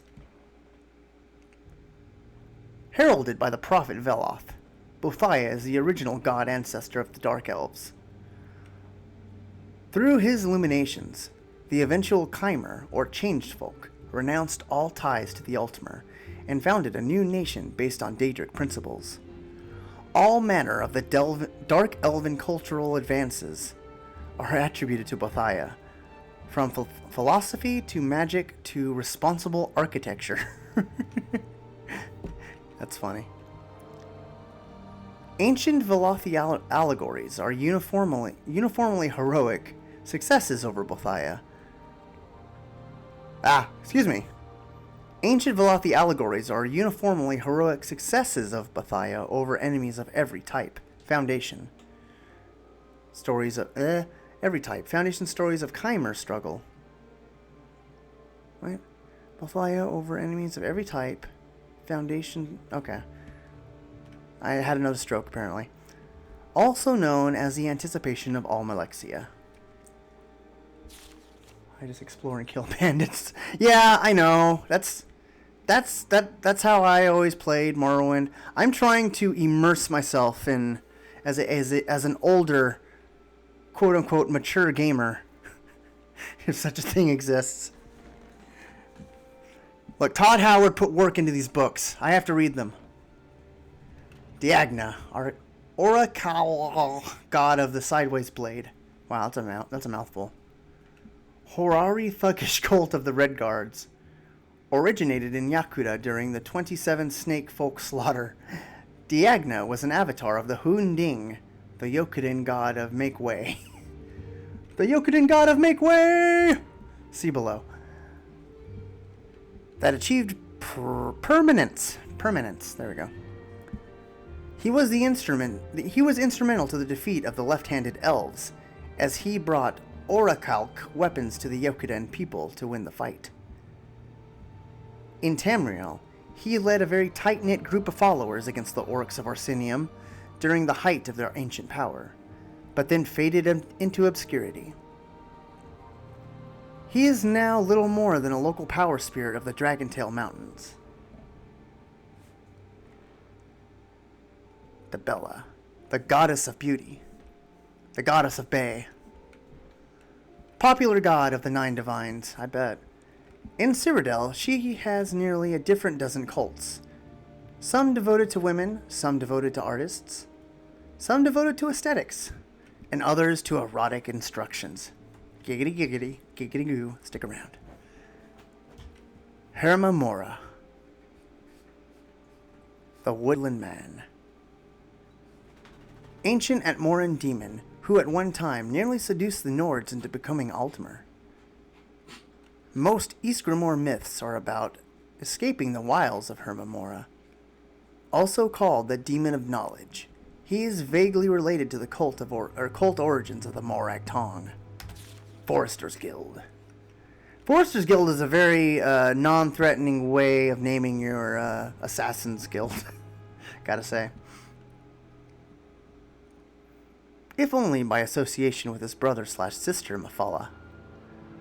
Hunding! Hunding! The Make-Way God. Yokudan's spirit of perseverance over infidels. The Hunding has historically materialized whenever the Redguards need to make way for their people. In Tamrielic history, this has only happened 3 times. Twice in the First Era, during the Ragada invasion, and once during the Tiber War. In this incarnation, the Hunding was said to have been either a sword or a crown, or both. Junal, the rune god. The Nordic god of hermetic orders. After falling out of favor with the rest of that pantheon, he became Julianos of the Nine Divines. Yeah, like I said, it's pretty easy to figure out. Junal becomes Julianos. He is absent in modern Skyrim mythology. Chode, Big Moon God. Aldmeri, god of the Big Moon. Also called Maser or Mara's Tyr. In Khajiit religion, Jode is only one aspect of the lunar lattice, or Ja-Ka-Je. Gotta get used to pronouncing these Khajiit names. Joan, Little Moon God. Aldmeri, god of the Little Moon. Also called Segunda or Stendar's Sorrow. In Khajiit religion, Joan is only one aspect of the lunar lattice, or Ja-Ka-Je. There we go. Sorry if I'm blowing out your speakers. Julianos, god of wisdom. This is basically going to be often associated with Junal, the Nordic fathers of language and mathematics. Julianos is the Cyrodiilic god of literature, law, history, and contradiction. Monastic orders founded by Tiber Septim and dedicated Julianos are the keepers of the Elder Scrolls. I almost skipped over that because we're starting to get into some redundant information, but it wouldn't be a lore run if I skipped it. Keen, kiss at the end. Nordic goddess of the storm, widow of shore, and favored god of warriors. She is often called the mother of men. Her daughters taught the first Nords to use the Thu'um, or storm voice. See, look at that. Look at this progressive game pushing women in before the year 2000. I don't know what I'm trying to say, but just facts. Kinnereth, goddess of Air. Oh wait, no. Goddess of air. Yeah, that was me smacking myself in the head. Kinnereth is a member of the Nine Divines, the strongest of the sky spirits. In some legends, she is the first to agree to Lorkhan's plan to invent the mortal plane, and provides the space for its creation in the void. She is also associated with rain, a phenomenon said not to occur before the removal of Lorkhan's divine spark. Leki, Saint of the Spirit Sword. Oh, here we go with Tall Papa. Goddess daughter of Tall Papa, Leki is the goddess of apparent swordsmanship. The Na Totambu of Yakuta warred to its standstill during the Mythic era to decide who would lead the charge against the left-handed elves. Their swordsmaster, though, were so skilled in the best-known cuts as to be matched evenly. Leki introduced the ephemeral feint. Afterwards, a victor emerged, and the war with the Aldmer began. Lorkhan, the missing god. This creator, trickster, tester deity is in every Tamrielic mythic tradition. His most popular name is the Aldmeri Lorkhan, or Doom Drum. He convinced or contrived the original spirits to bring about the creation of the mortal plane, upsetting the status quo. Much like his father Padme had introduced the instability into the universe in the beginning place. After the world is materialized, Lorkhan is separated from his divine center, sometimes involuntarily, and wanders the creation of Et-Ada. I wonder if Et-Ada is just another word for Nirn. He and his metaphysical placement in the scheme of things is interpreted a variety of ways. In Morrowind, for example, he is a being related to the Psychic Endeavor. Psychic? Psychic?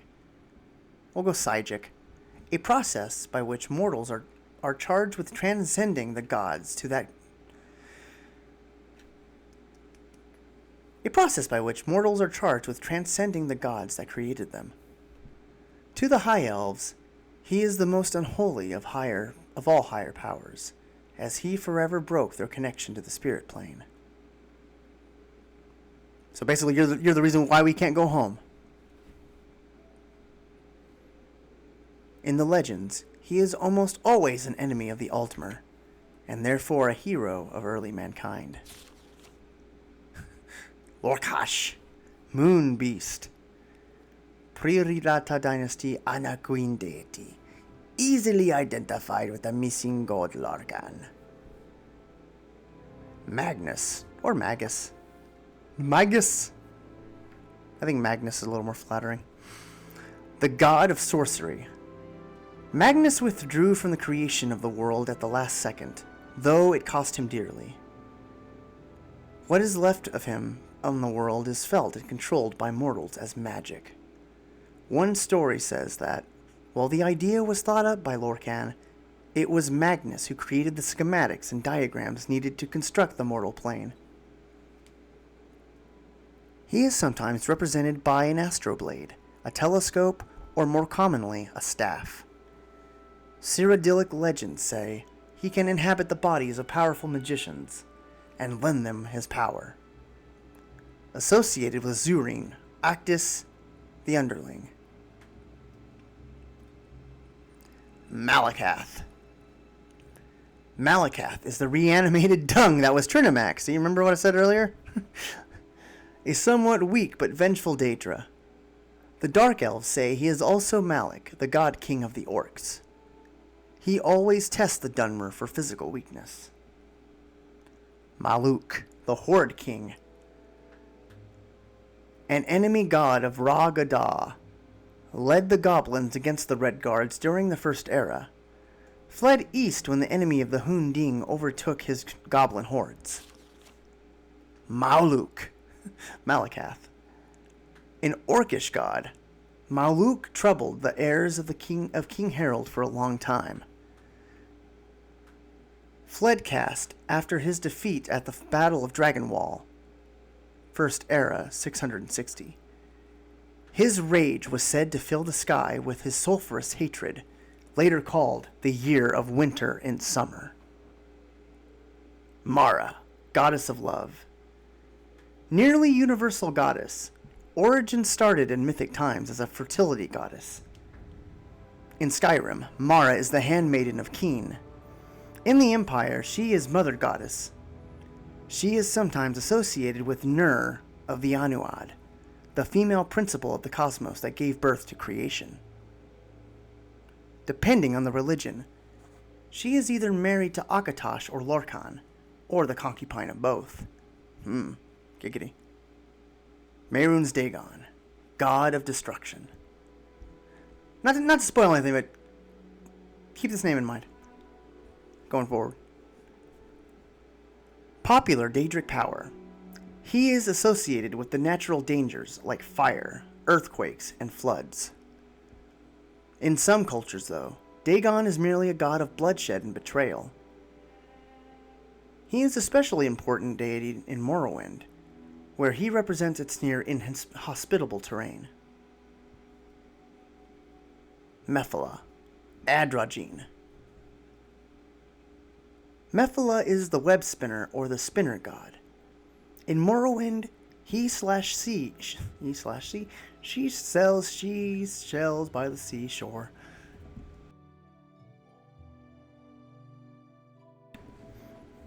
She was the ancestor that taught the Chimer the skills they would need to evade their enemies or to kill them with secret murder. Enemies were numerous in those days, since the Chimer were a small faction. She, along with Bothia, organized the clan systems that eventually became the basis of the Great Houses.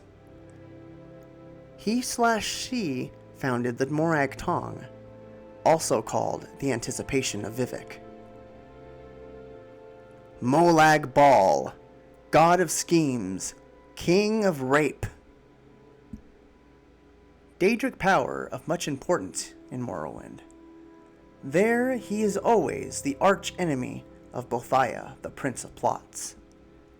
He is the main source of obstacles to the Dunmer and the preceding Chimer people. In the legends, Molag Bal always tries to upset the bloodlines of the houses or otherwise ruin Dunmer purity. A race of super monsters said to live in Molag Amor are the result of his seduction of Vivek during the previous era. Bro, you can be whatever you want in this game. Gods can be whatever they want. People can be whatever you want. I am a female. I identify as a female Khajiit kitty cat right now. And that's perfectly okay. We're in a safe space here. Let's see. Did I finish reading? Okay, yeah. So Morihas. I watch Funhouse on YouTube, so we're gonna go Morihas. Morihas. First breath of man. Ancient cultural hero god of the Sira Nordics. Legends portray him as the taker of the citadel, an act of mythic times that established human control over the valley heartland. He is often associated with the Nordic powers of the Thu'um, and therefore with Kinnereth. Morwa. Teat god. Morwa the Teat god. Yokudan fertility goddess. Okay, that makes sense. Fundamental deity in the Yokudan pantheon, and the favorite of Tall Papa's wives. Again with Tall Papa. We're going to learn more about Tall Papa in a little bit. Still worshipped in various areas of Hammerfall, including Stros M'Kai. Morwa is always portrayed as four-armed, so that she can grab more husbands. That's awesome.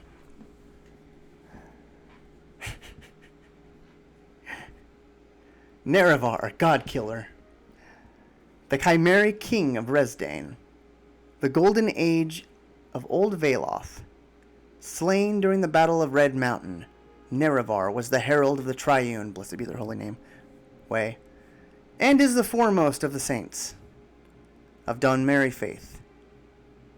He is said to have killed Dumak, the last Dwarven king, and feasted on his heart. Lore, some good lore. Onsi, Bone Shaver. Notable warrior god of the Yokudan Ra-Gada. Onsi taught mankind how to pull their knives into bows. Or wait, I just read a word that was not there. Onsi taught mankind how to pull their knives into swords. Orky. That's what I call RK when I get have a few too many drinks. Orky, Old Knocker. A lone god of the Nords, who seemed to have taken up his worship during Aldmeri rule of Atmora. Nords believe they once lived as long as elves until Orky appeared. Orky? We're gonna go with Orky. Through heathen trickery, he fooled them into a bargain that bound them to the Count of Winters. At one time, legends say, Nords only had a lifespan of 6 years due to Orky's foul magic. Shor showed up though, and through unknown means removed the curse, throwing most of it onto the nearby orcs. That's lovely. Hey, just... we got ours, fuck you. Sorry about your luck, orcs. Finnaster, hero god of the Somerset Isle, who taught the Altmer how to naturally live another 100 years by using shorter walking stride. This is another great piece of lore. I don't know if it's true or not, but I love it. I love the idea that this guy just showed up and it's like, hey, you guys can live 100 extra years if you just walk, take shorter distances striding. Just, don't take big steps. Take smaller steps, You don't need that big dick energy. You don't need to take giant gallant steps. You just don't tipple toes. And you'll live 100 years. I promise. Sorry, I love that's. I read it the other day and I was like, that's awesome. That's just so cute. Rajin Footpad, thief god of the Khajiit, who grew up in the Black Hiergo section of Sinchal. Huh, okay, so this is... Because Sinchal is in... Isn't Sinchal in... Hammerfall? Hammerfell? Maybe? I don't know. This is me trying to stretch my knowledge skills. The most famous burglar in Elsewhere's history. Rajin is said to have stolen a tattoo from the neck of the Empress Kintara as she slept. That's cute. Such an epic level thief, he can steal a tattoo from someone's skin. Riemann, the Cyrodiil. Cultured god hero of the Second Empire, Riemann was the greatest hero of the Akaviri trouble. Indeed, he convinced the invaders to help him build his own empire, and conquered all of Tamriel except for Morrowind. He instituted the rites of becoming emperor, which included the ritual Gias to the Amulet of Kings, a soul gem of immense power. His dynasty was ended by the Dunmeri Morag Tong at the end of the First Era, also called the Worldly God. So this is actually, again, I love these games. This is setting up stuff in Oblivion.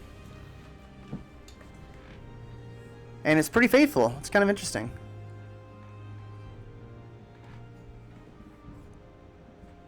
Ridotar, Two Moons Dance. The cosmic order deity of the Khajiit, Ridotar, was revealed to Elsewhere by the prophet Ridata. The main, the Ridotar is more set guidelines by which to live than a single entity. But some of his avatars like to appear as humble messengers of the gods, also known as the Sugar God. You mean the moon Sugar God? Bam! That's what they're gonna call me once I'm slinging it. Just kidding, I'm gonna keep it all for myself. Ruptika, Tall Papa! Here we go. Chief deity of the Yokudan pantheon, Ruptika, more commonly Tall Papa, was the first god to figure out how to survive the hunger of Sadakel. Okay, maybe I'm thinking of Sinchal and Sadakel, I'm confusing them. Following his lead, the other gods learned the walkabout. Oh, you mean like the bushwhackers from WWE? Or a process by which they can persist beyond one lifetime. Wait, so they're Time Lords? Oh my god, they're Time Lords. Time Lords are canon. Tall Papa set the stars in the sky to show lesser spirits how to do this. When there were too many spirits to keep track of, though, Ruptka created a helper out of the dead skin of the past worlds. This helper is Sep, see below, who later creates the world of mortals. Satakal, the world skin. Yokutan god of everything, a fusion of the concepts of Anu and Padme. Basically, Satakal is much like the Nordic Alduin, who destroys one world to begin the next. In Yokudan mythology, Satakal had done, and still does, this many times over, a cycle which prompted the birth of spirits that could survive the transition. These spirits ultimately become the Yokudan pantheon, popular god of the Elakir nomads. Sheogorath! He's fun. Oh, the Mad God. The fearful obeisance. Obeisance? The fearful obeisance of Sheogorath is widespread and is found in most Tamriel quarters. Contemporarily, sources indicate that his roots are in Altmeri creation stories. Therein he is born when Lorcan's divine spark is removed. One crucial myth calls him the Sithis-shaped hole of the world. Wow. I've been called a Sithis-shaped hole. It's not fun. It's not a good thing.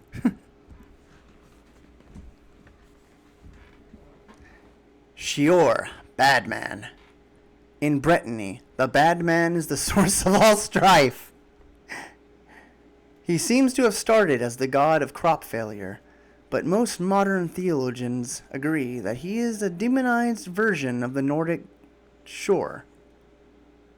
Demonized version of the Nordic shore.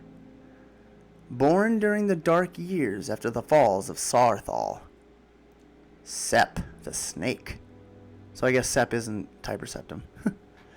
Yokudan version of Lorcan. Sep is born when Tall Papa creates someone to help him regulate the spirit trade. Sep, though, is driven crazy by the hunger of Satikal. So this is just another spin on the creation idea.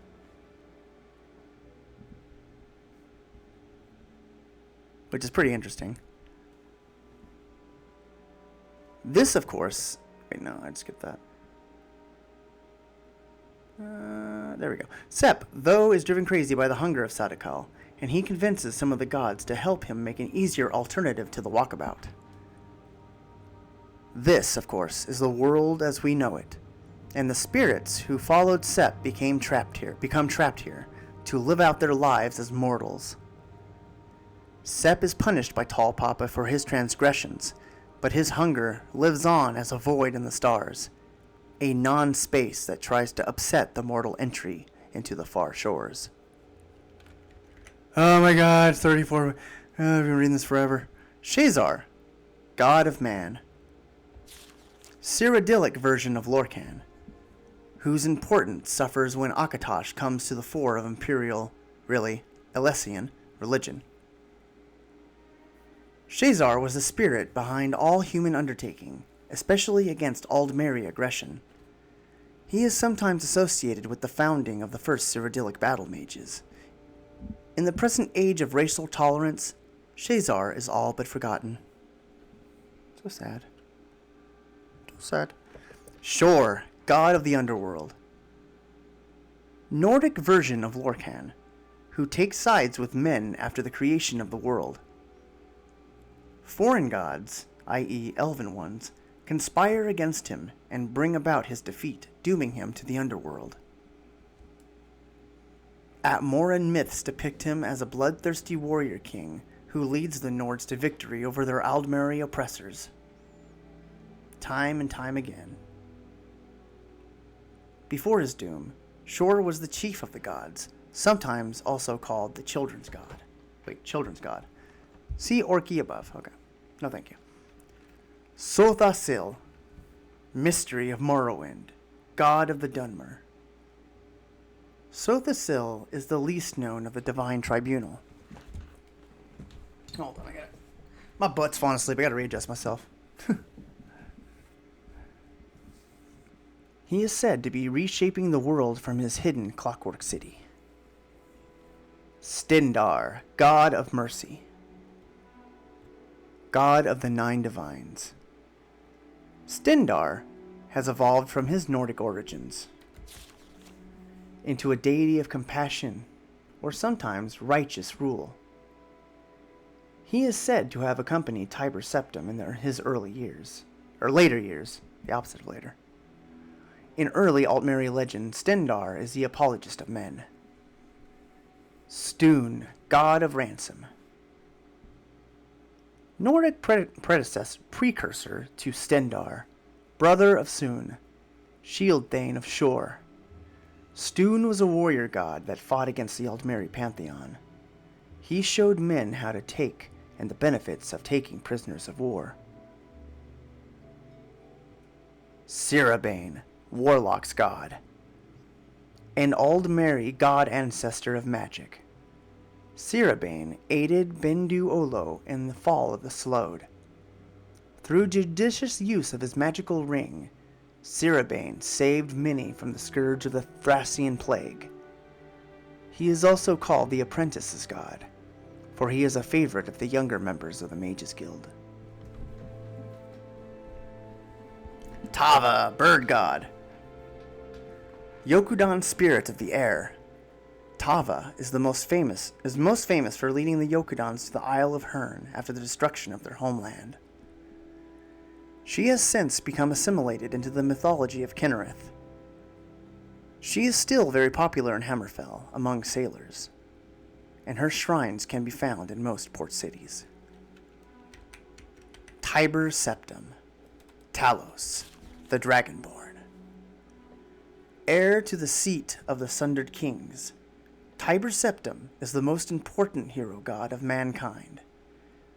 He conquered all of Tamriel and ushered in the Third Era and the Third Empire. Also called Ysmir, Dragon of the North. Trinamak. Strong god in the early Aldmer. In some places more popular than Ariel. He was a warrior spirit of the original elven tribe. Now notice, this is written by a human. This is written by a man. This is written by a dark elf. So, notice that the start of Trinamak's entry is not... Trinamak is the reanimated dung of... whatever. Or Malakath. Okay, no, never mind. I got confused. We gotta wait for Malakath before I jump the gun. It's Malakath who is the reanimated dung of Trinamak. Bothia is said to have assumed his shape. In some stories, he even eats Trinamak, so that he could convince a throng of Aldmer to listen to him, which led to their eventual chimera conversion. He vanishes from the mythic stage after this, to return as the dread Malakath. Aldmeri propaganda portrays this as the dangers of Dunmeri influence. It's funny. So the High Elves are basically saying the Dark Elves are responsible. Soon, extinct Nordic god of trials against adversity.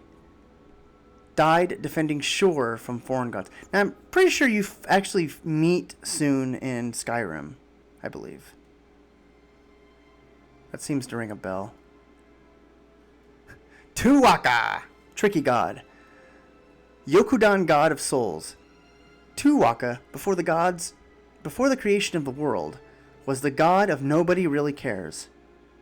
I love these naming conventions the Yokudan have. When Tall Papa undertook the creation of the Walkabout, Tuwaka found a purpose. He became the caretaker of the far shores, and continues to help Redguards find their way into the afterlife. His cult is sometimes associated with Arkay in the more cosmopolitan regions of Hammerfell. Vivek, master of Morrowind.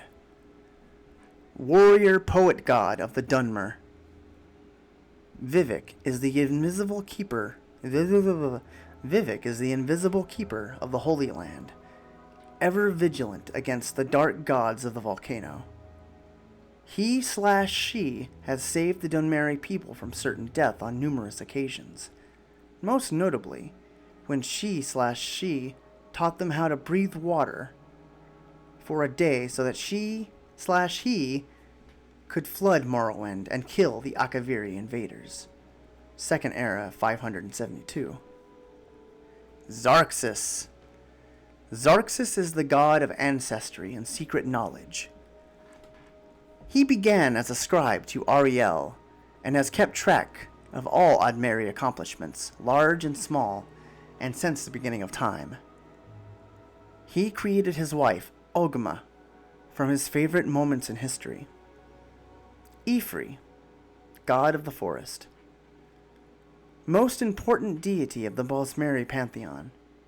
While Ariel, Time Dragon, might be the king of gods, the Bosmer refer Ifri as the spirit of the now.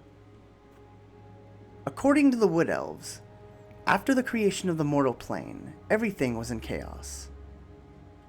The first mortals were turning into plants and animals and back again. That's no fun. I hate when that happens. Then Ifri transformed himself into the first of the Enofe, or Earth Bones.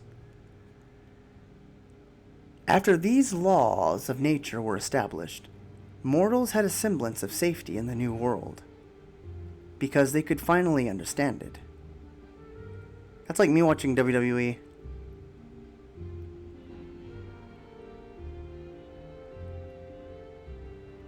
Ifri is sometimes called the storyteller, for the lessons he brought the first Bosmer. Some Bosmer still possess knowledge of the Chaos Times, which they can use to great effect. The Wild Hunt.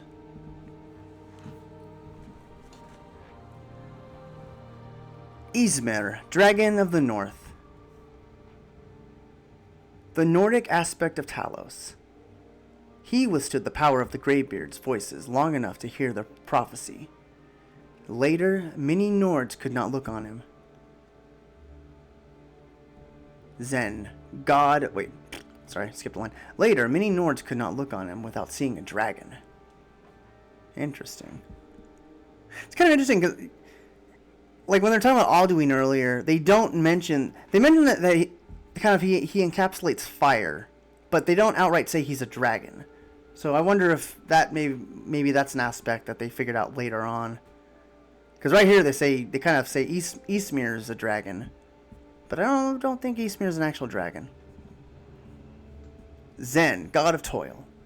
Bosmeri, god of payment in kind. Studies indicate origins in both Argonian and Akaviri mythologies, perhaps introduced into Valenwood by Kothringi sailors. Ostensibly an agriculture deity, Zen sometimes proves to be an entity of a much higher cosmic order. His worship died out shortly after the Natin flu. I just had the Natin flu. It sucks. Zet, god of farms. Yokudan, god of agriculture. Renounced his father after the world was created, which is why Tall Papa makes it so hard for food to grow.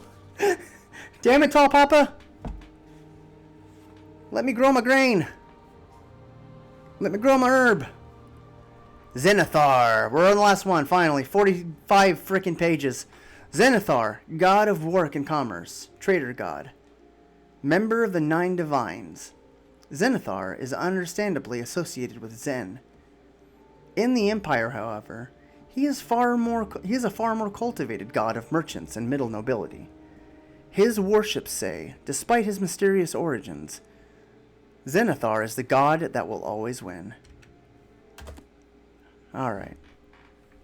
Okay, that was by far the longest book, I think, in the stack, so these other stories shouldn't take too long.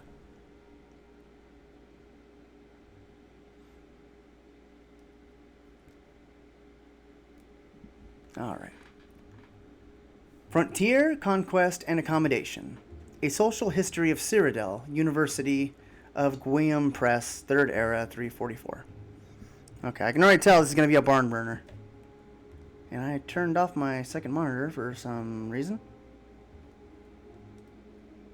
Why you do that? Why you do that, Stephen? Stephen Kuhn, why you do that? Okay.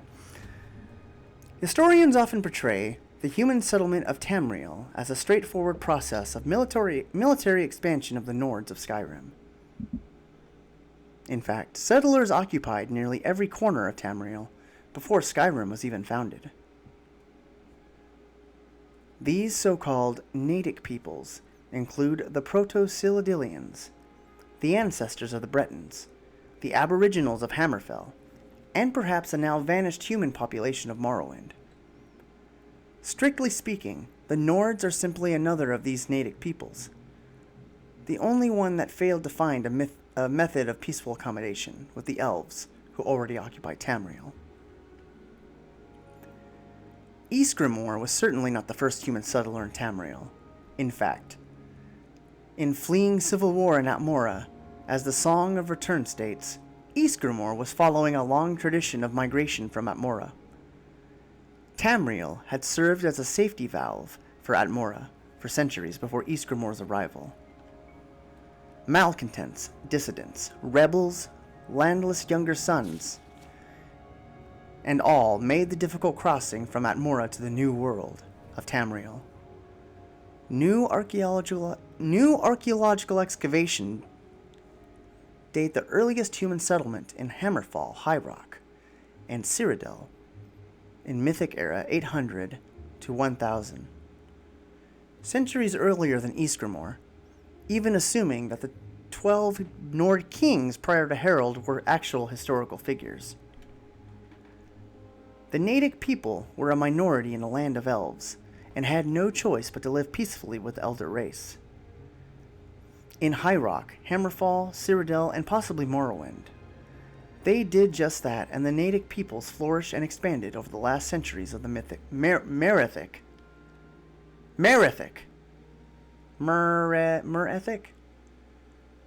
So is it Merethic? So it's saying Mers and men.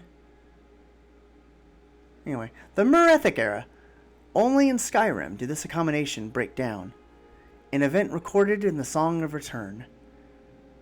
Perhaps being close to reinforcements from Atmora, the Proto-Nords did not feel it necessary to submit to the authority of the Skyrim elves. Indeed, the early Nord chronicles note that under King Harald, the first historical Nord ruler, First Era, 113 to 221, the Atmoran mercenaries returned to their homeland, following the consolidation of Skyrim as a centralized kingdom. Whatever the case, the pattern was set. In Skyrim, expansion would proceed militarily, with human settlement following the frontier of conquest, and the line between human territory and elven territory was relatively clear. Alright, take a coffee break, coffee sip.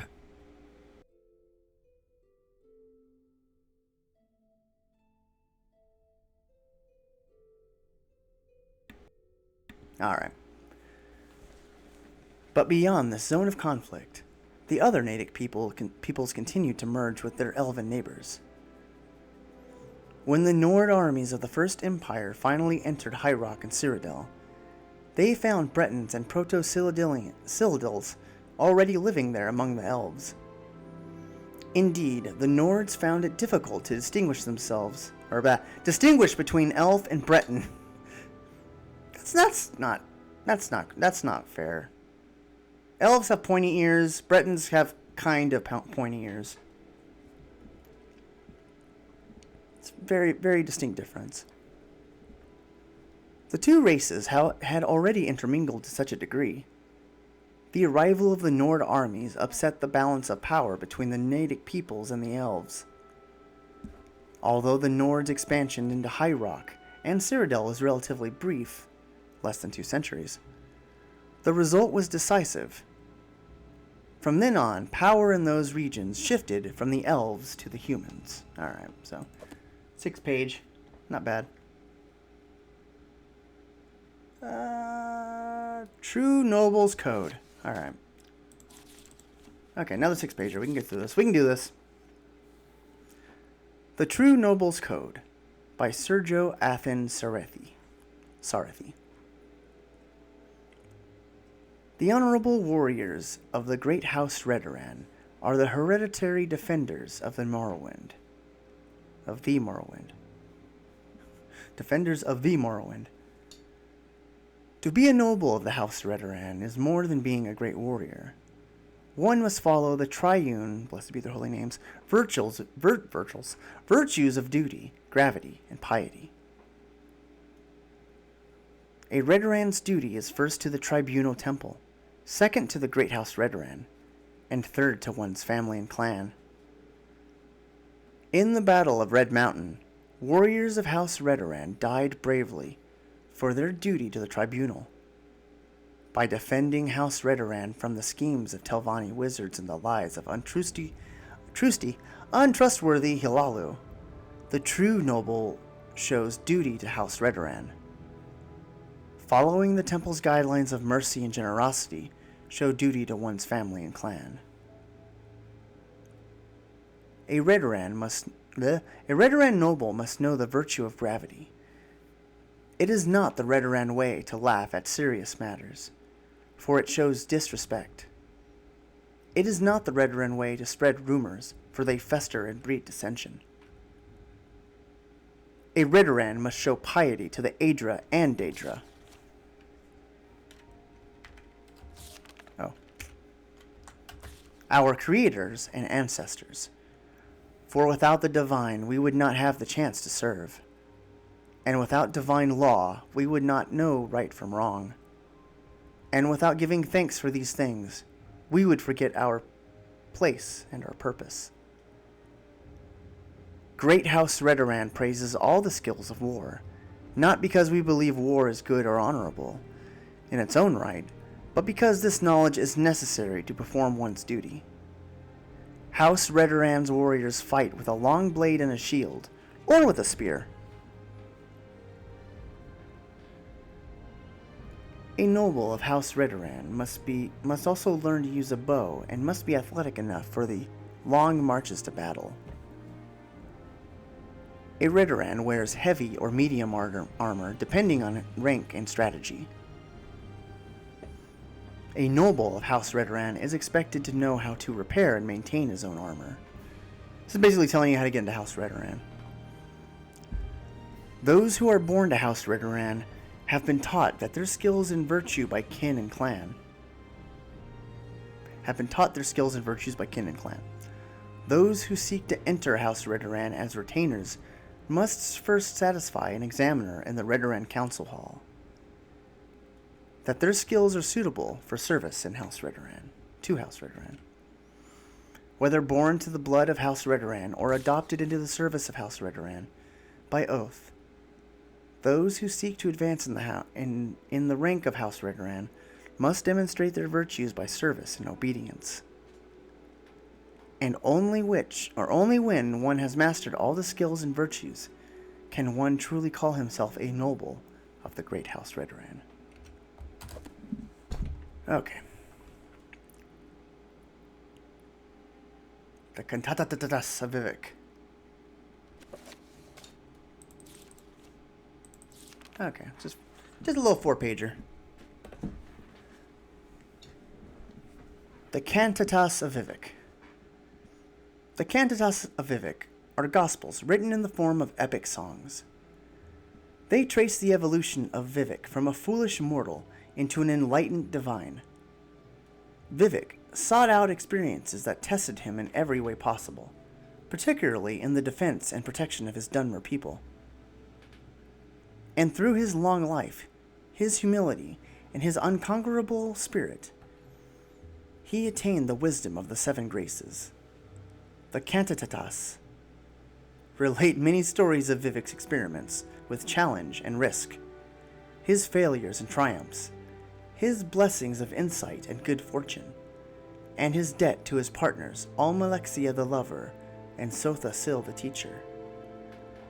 The poetry is simple and dramatic, lyric and personal, composed to be sung or recited. The following is an excerpt from Lord Vivek's brooding beneath Red Mountain.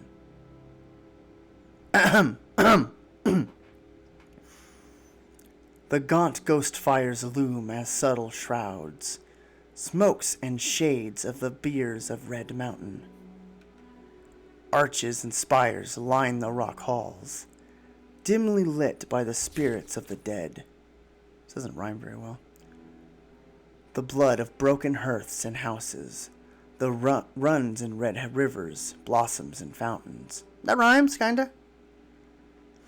Girdled round within walls of wit's glass, the shattered hosts slumber in cradles of ash. Alright, I'm feeling it now. Feeling that beat. But when shall they wake? What dark crucible may kindle their souls to light? How long beneath red reeking clouds must flickering watchfires burn? How many lifetimes of labor and lament will it take to seal this restless tomb? I give it about a 2.5 out of 5 on the SoundCloud rapper scale. Not hating. He's a god after all. No disrespect to Vivek. Alright. The Book of Dawn and Dusk. The Book of Dawn and Dusk is a collection of sayings and aphorisms attributed variously to the tribunals, blessed be their holy name, and their saints and servants. Many of these sayings have become common cliches in everyday life in Morrowind. The following selection of slogans will illustrate many of the simplest notions of the tribunal faithful. Speak none but good of the gods. We can have no opinions about truth. Oh god, this is some Scientology bullshit right here. Rumors flow from the house of troubles. Count only the happy hours. No child has a sinner's heart. Let faith be your only law. Fear of the fool is the beginning of wisdom. Almsvi in every hour. So basically, I guess, worship the tribunal every hour. Walk always in the presence of the Lord. Comfort is given, justice is taken. Learn by serving. From the heart, the light. The head, the law. That's a bumper sticker. That's a bumper sticker / t-shirt. Blessed Almsvi, mercy, mastery, mystery. Forge a keen faith in the crucible of suffering. Engrave upon thy eye the image of injustice. Death does not diminish, the ghost gilds with glory. Gilds? Guilds? I'll say gilds. Faith conquers all. Let us yield to faith. Better to suffer a wrong than to do one. I agree with that. I'll sign off on that. The heavens are in their glory. Applaud! Folly secures its power to harm. Folly. Not folly. Folly. Though forbidden to some, not to you. That's some Scientology bullshit. Oh, how rarely wisdom rules our hearts. Blessed are we who serve Almsvi. Blessed be their name. Three mouths sing mercy, mastery, mystery. Gather no seed in the fields of hell. The thrice house sealed withstands the storm. By breath and blood protect us all. Can ghosts or justice change with time? Consider your end, mortal. Accept grace without limits. Enter the rhapsody of the god poet. Kneel before the teacher's chair. 3 hands, 3 hearts, 3 eyes. Huh? No. Shouldn't there be 6 eyes? I don't know. Oh, no, never mind. I guess they're single digits. Thinking about too hard. Keep no secret from your judge's scale. Force darkness into... How many are these? Okay. Blessed Almsvi. I'm not yawning, you're yawning. Through birth, life, ghost. From glowing ashes the poet's wrath shall shine. Shall shine. Rawr, rawr. If Vivek is for us, who can stand against us? Fate, monstrous and empty, the whirling wheel of evil. How black my heart, roasting fiercely. Cool. Alright.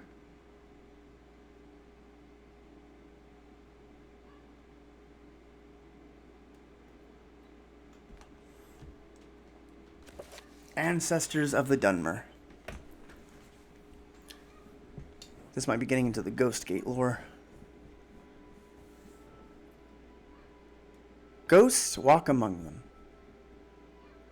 The departed spirits of the Dunmeri, and perhaps those of all races, persist after death.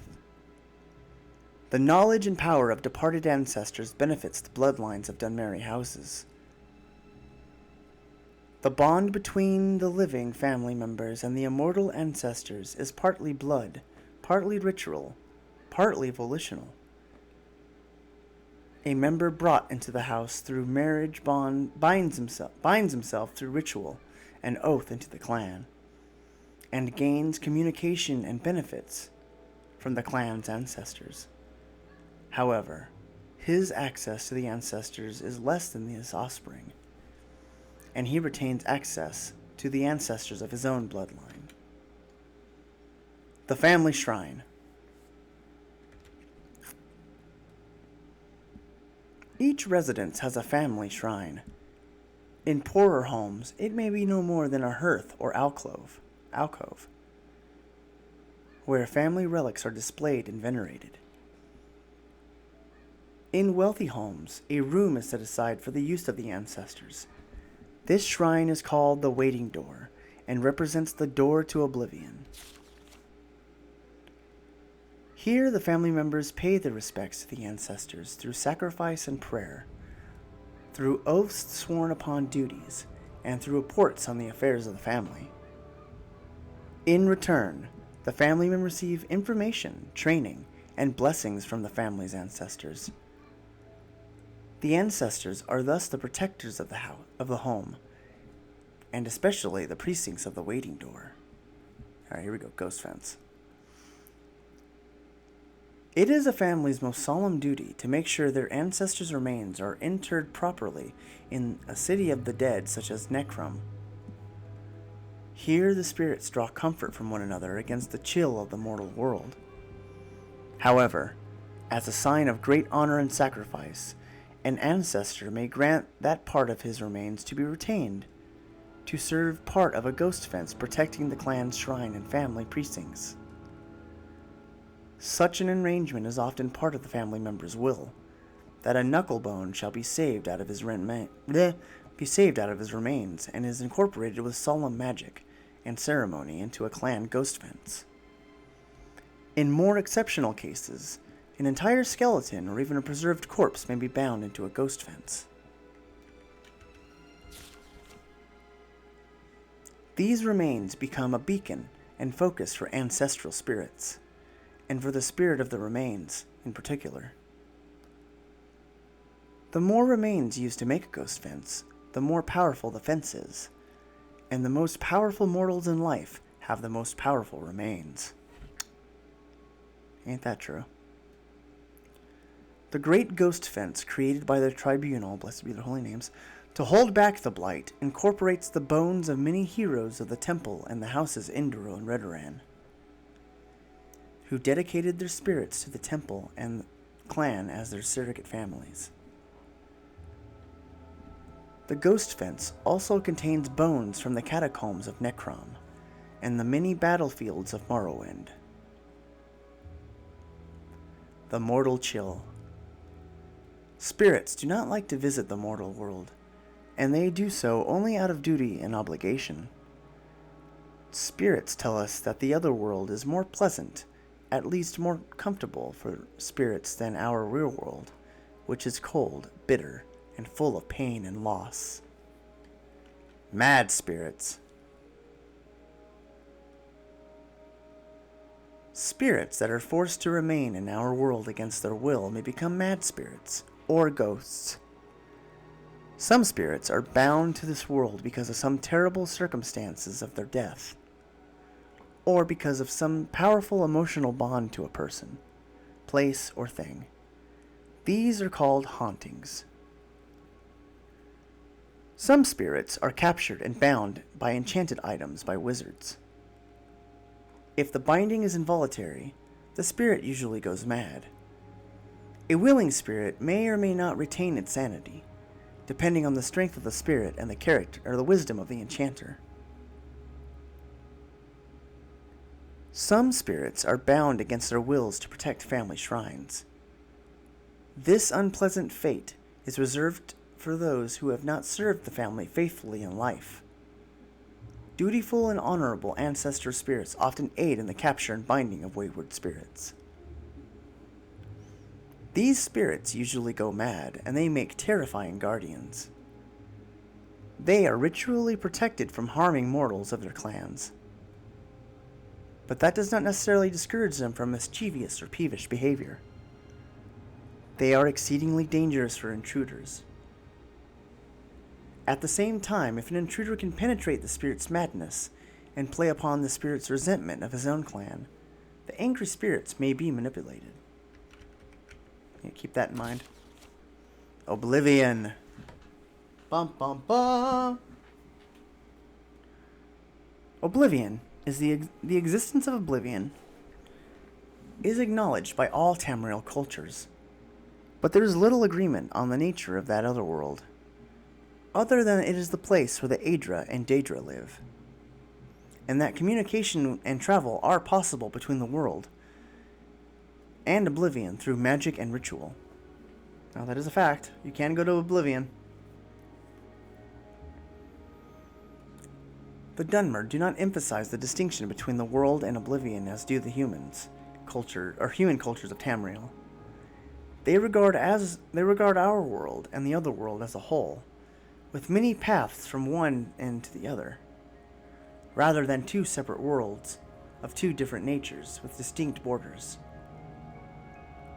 This philosophical viewpoint may account for the greater affinity of elves for magic and its practices. Foreign views of Dunmeri ancestor worship and spirit magic. The Altmeri and the Bosmeri cultures often venerate their ancestors, but only by respecting the orderly and blissful passage of these spirits from this world to the next. That is, Wood Elves and High Elves believe it is cruel and unnatural to encourage the spirits of the dead to linger in our world. Even more grotesque and repugnant is the display of bodily remains of ancestors in ghost fences and ash pits. So now we're getting the other end of the spectrum on ghost fence. Ghost fence bad.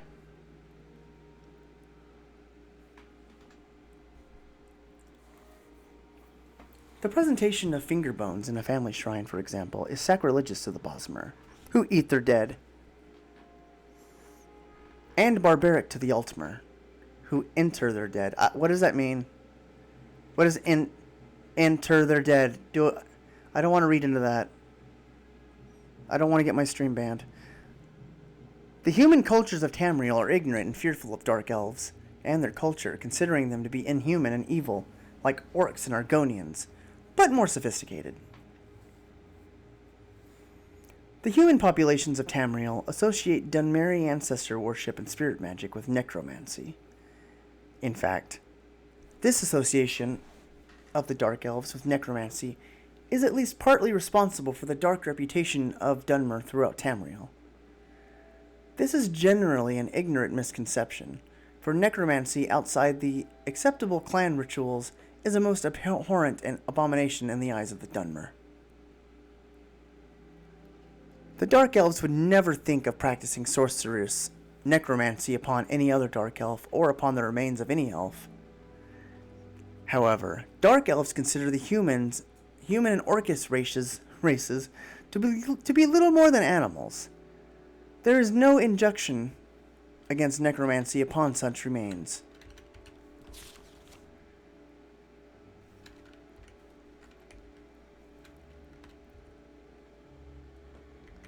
Imperial policy officially recognizes the practices of Dunmeri ancestor veneration and spirit magic as a religion, and protects their freedom to pursue such practices as long as they do not threaten the security of the Empire. Privately, most Imperial officers and traders believe Dark Elf ancestor worship and displays of remains are barbaric or even necromantic. Telvanni necromancy. The Telvanni are adept masters of necromancy. They do not, however, practice necromancy upon the remains of Dark Elves. Sane Telvanni regard such practices with loathing and righteous anger. They do practice necromancy upon the remains of animals and upon the remains of humans, orcs, and Argonians, who are technically no more than animals in Morrowind. Publisher's note. This book was written by an unknown scholar as a guide for foreign visitors to Morrowind shortly after the armistice was signed. Many of these practices have since fallen into disfavor. The most obvious changes are those regarding the practice of necromancy and the Great Ghost Fence. Dunmer today regard necromancy upon any of the accepted races as an abomination. The ghost fence has forced many changes in the practice of ancestor worship, with the vast majority of ancestors' worship going to strengthen the great ghost fence around the mountain of Dagoth-Ur. There are very few clan ghost fences in Morrowind. The temple discourages such practices among the houses as selfish. The upkeep of family tombs and private waiting doors has also fallen into disfavor. Also, very few remains have been buried in these tombs, and shrines since the armistice. In recent years, most Dunmeri venerate a small portion of their ancestors' remains at a local local temple.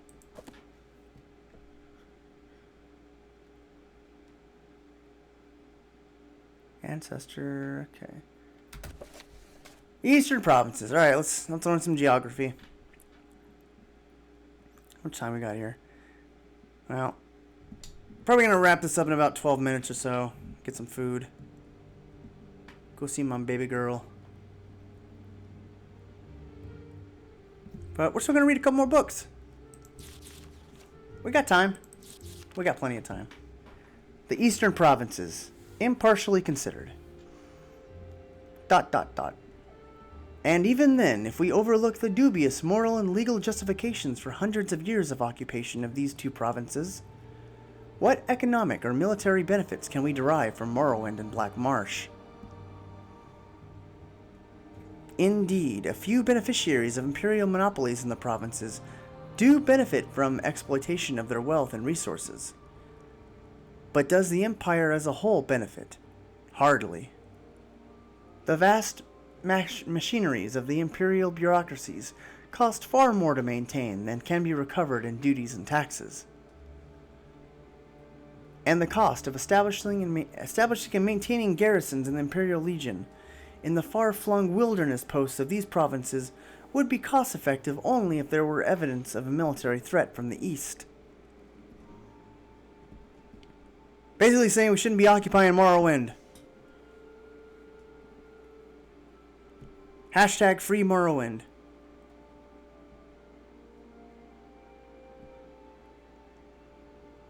But no such evidence exists. No army of Morrowind or Black Marsh has ever threatened the security of any other imperial province, let alone the security of Cyrodiil itself. In fact, a greater threat to the imperial security lies in the idle legions that the taxpayer spends thousands of drakes to support. Oh god, here we go. He's a Bernie bro. The generals of these legions, facing no enemies or opposition within the borders of their provinces, may look with ambition to the west. With their loyal veteran troops and coffers fattened by friendly monopolists, they become unpredictable political factors into the uncertainties surrounding the imperial succession. If the occupation of Morrowind and Black Marsh were motivated by idealistic aspirations, perhaps there might lie some justification for bearing the burden of empire. But consider the shame of the empire's mute acceptance to the unspeakable practice of slavery in Morrowind. Instead of using our imperial legions to free the wretched Khajiit and Argonian slaves from their dark elf masters, we pay our troopers to protect the indefensible institution of slavery. Within the ebony mines of Morrowind, bloated monopolists under imperial charters exploit slave labor to harvest the outrageous profits assured by rampant graft and corruption. Consider the colossal arrogance of our proposition to bring peace and enlightenment to the East, when in fact we have only brought our armies into lands who have never threatened us. I feel like I need to get on my soapbox, get some patriotic music going.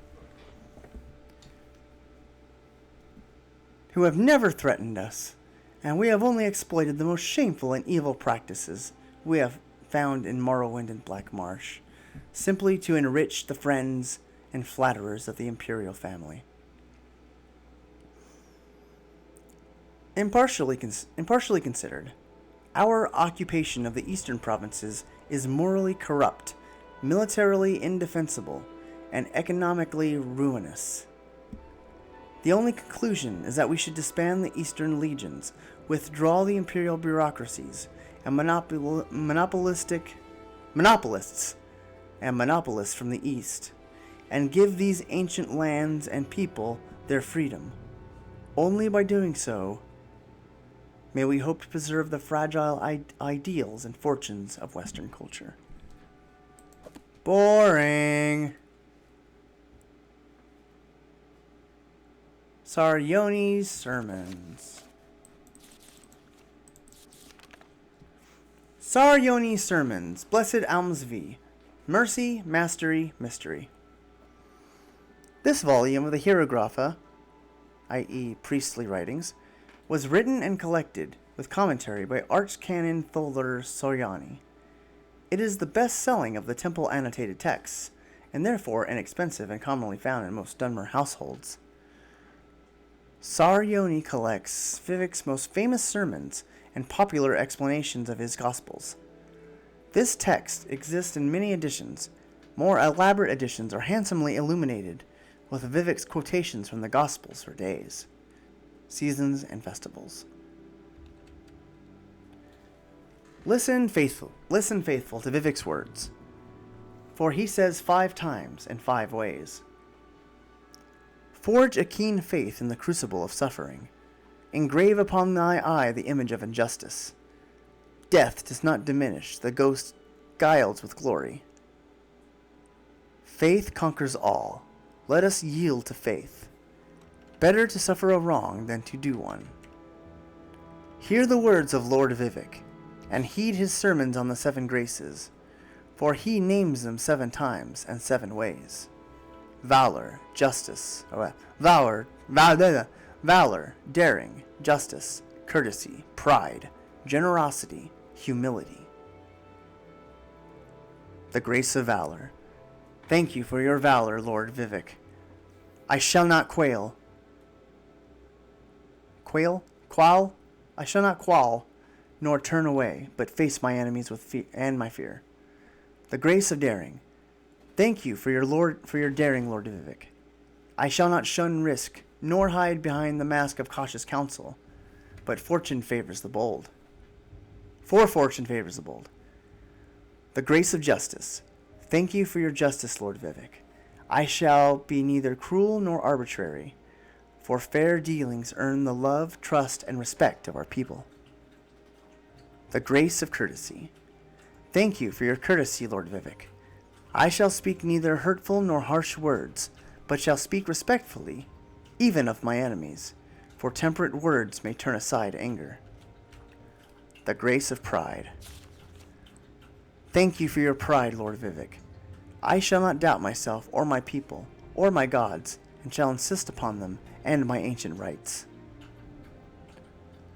The grace of generosity. Thank you for your generosity, Lord Vivek. I shall neither hoard nor steal, nor encumber myself with profitless treasures. I totally don't sign off on this. But shall share freely among the house and hearth. The grace of humility. Thank you for your humility, Lord Vivek. I shall neither strut nor preen in vanity,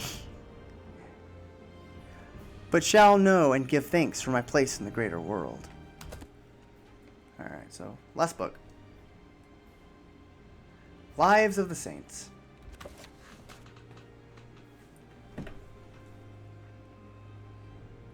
This is probably going to wrap it up for us here.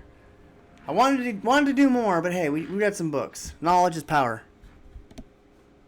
So, Lives of the Saints. If you would be wise, model your lives on the lives of the saints. If you never learn valor, follow Saint Nerevar the Captain, patron of warriors and statesmen. Lord Nerevar helped to unite the barbarian Dunmer tribes into a great nation, culminating in the martyrdom when leading the Dunmer to victory against the evil Dwemer and the treacherous House Dagoth in the Battle of Red Mountain. If you would learn daring, follow Saint Veloth the Pilgrim, patron of outcasts and spiritual seekers. Saint Veloth, prophet and mystic, led the Dunmer out of the decadent homeland of Somerset Isle, and into the promised land of Morrowind. Saint Veloth also taught the difference between the good and bad Daedra, and won the aid of the good Daedra. For his people, won the aid of the good Daedra for his people, while teaching how to carefully negotiate with the bad Daedra. If you would learn generosity, follow Saint Rilms the Barefooted, patron of pilgrims and beggars. Saint Rilms gave away her shoes, then dressed and appeared as a beggar to better acquaint herself with the poor. If you would learn self-respect and respect for others, follow Saint Aralor the Penitent, patron of tanners and miners. This foul criminal repented his sins and traveled a circuit of the great pilgrimages on his knees. If you would learn mercy and its fruits, follow Saint Seren, the Merciful, patron of brewers, bakers, and distillers. The god of beer, basically. She might be the god of bed, I don't know. This pure virgin of modest aspect could heal all diseases at the price of taking the disease upon herself. Tough-minded and fearless, she took on the burdens of others and bore those burdens to an honored old age. If you would learn fierce justice and follow Saint Films the Bold, Felms, patron of butchers and fishmongers. This brave warlord slew the Nord invaders and drove them from our homelands. He could neither read nor write, receiving inspiration directly from the lips of Elmsfee.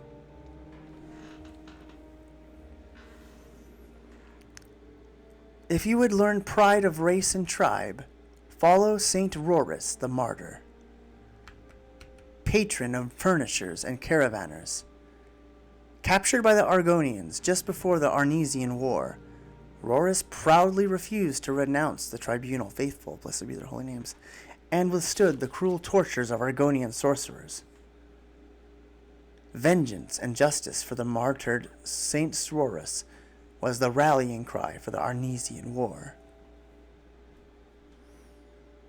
If you would learn the rule of law and justice, follow Saint Alms and the Just, patron of chandlers and clerks, founder of the Ordinators. Saint Alms conceived and articulated the fundamental principles of testing, ordeal, and repentance. If you would learn benevolence, follow Saint Dylan the Wise, patron of potters and glassmakers. Saint Dylan was the head of House Idril, a skilled lawyer and many learned treatises, and an author of many learned treatises on tribunal law, blessed be their holy name, and custom. If you would learn the love of peace, follow Saint Maris the Peacemaker, patron of farmers and laborers. As a little girl, Saint Maris showed healing gifts and trained as a healer. She ended a long and bloody house war, intervening on the battlefield in her white robe to heal warriors and spellcrafters without regard to her faction. So she was out there healing! Cody, you know what I'm talking about? You understand that? She was about that healing life. She didn't care which side you were on. It's like, I gotta give heals.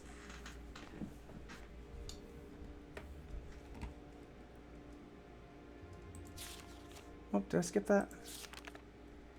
Alright, last one. If you would learn reverence, follow Saint Lolthus the Pious, patron of tailors and dyers, contemporary and companion of the tribunals, blessed be their holy name, and the best loved Alma Rula of the Tribunal Temple. He formulated the central rituals and principles of the new temple faith. Saint Iolus, Saint Iolus is the symbolic mortal bridge between the gods and the faithful, and the archetypal priest. Okay. Pretty sure that was all the books. And just to do something, we're gonna let's go steal this key.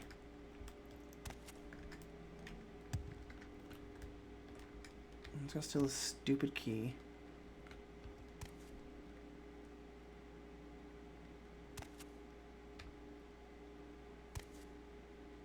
Ah, you stupid son of a bitch, you don't even see me. You don't even see me. I will listen. Ah! Hi! Make it quick. Hi. What's up?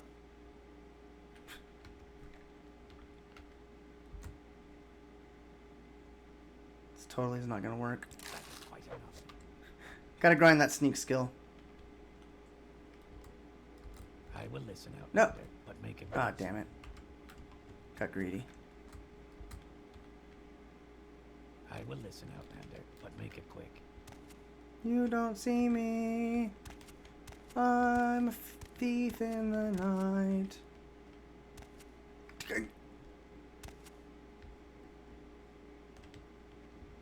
Stop it. Stop turning around. Sneaky, sneaky. Damn it. There we go. That is quite No, enough. no. Didn't work. Speak, traveler. Wonder what... If I killed him, I wonder what... I'll deal with you, thief. Guys, I'm trying to pick his lock. It's not working. Where be my Tonto? There is no escape. I didn't get a fine, so apparently this is okay. Why am I slashing like that? Die, Fetcher. What is this epic gameplay?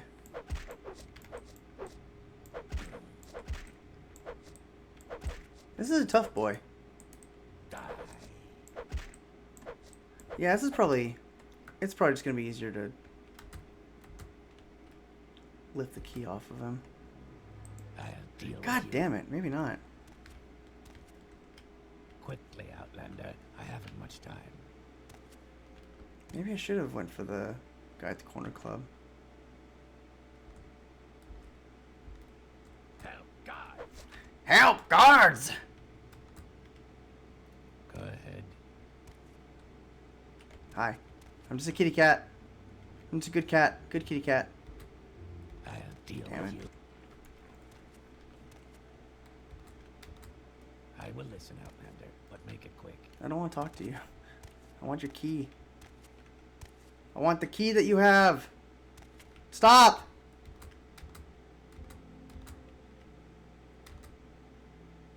Wretched. Damn it!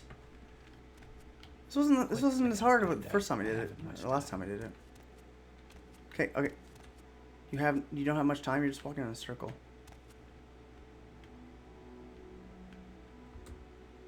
Alright. Be like a leaf on the wind. You're finished. Son of a bitch.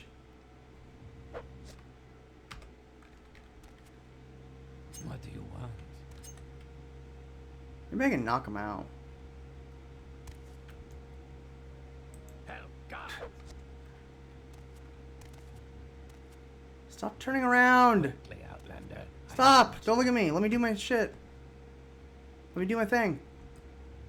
Wretched thief. I keep thinking I'm gonna be good enough to just pull it out of his pocket when he's not looking. Help, God. Okay, do I have anything that can help me here as far as magic?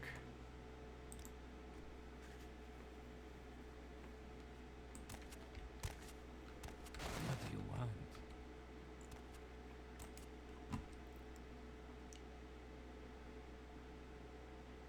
Problem is, that's not gonna help me steal. Once I touch him, I'm gonna be uninvisible. You're finished. Got greedy. I got greedy. Speak, traveler. God, I gotta start grinding. I don't want to play. No, we'll do grinding on stream because that's gonna be the full experience. Wretched thief. You gotta get the full authentic Morrowind experience. I will listen, Outlander, but make it quick. This is not gonna work. That is quite enough.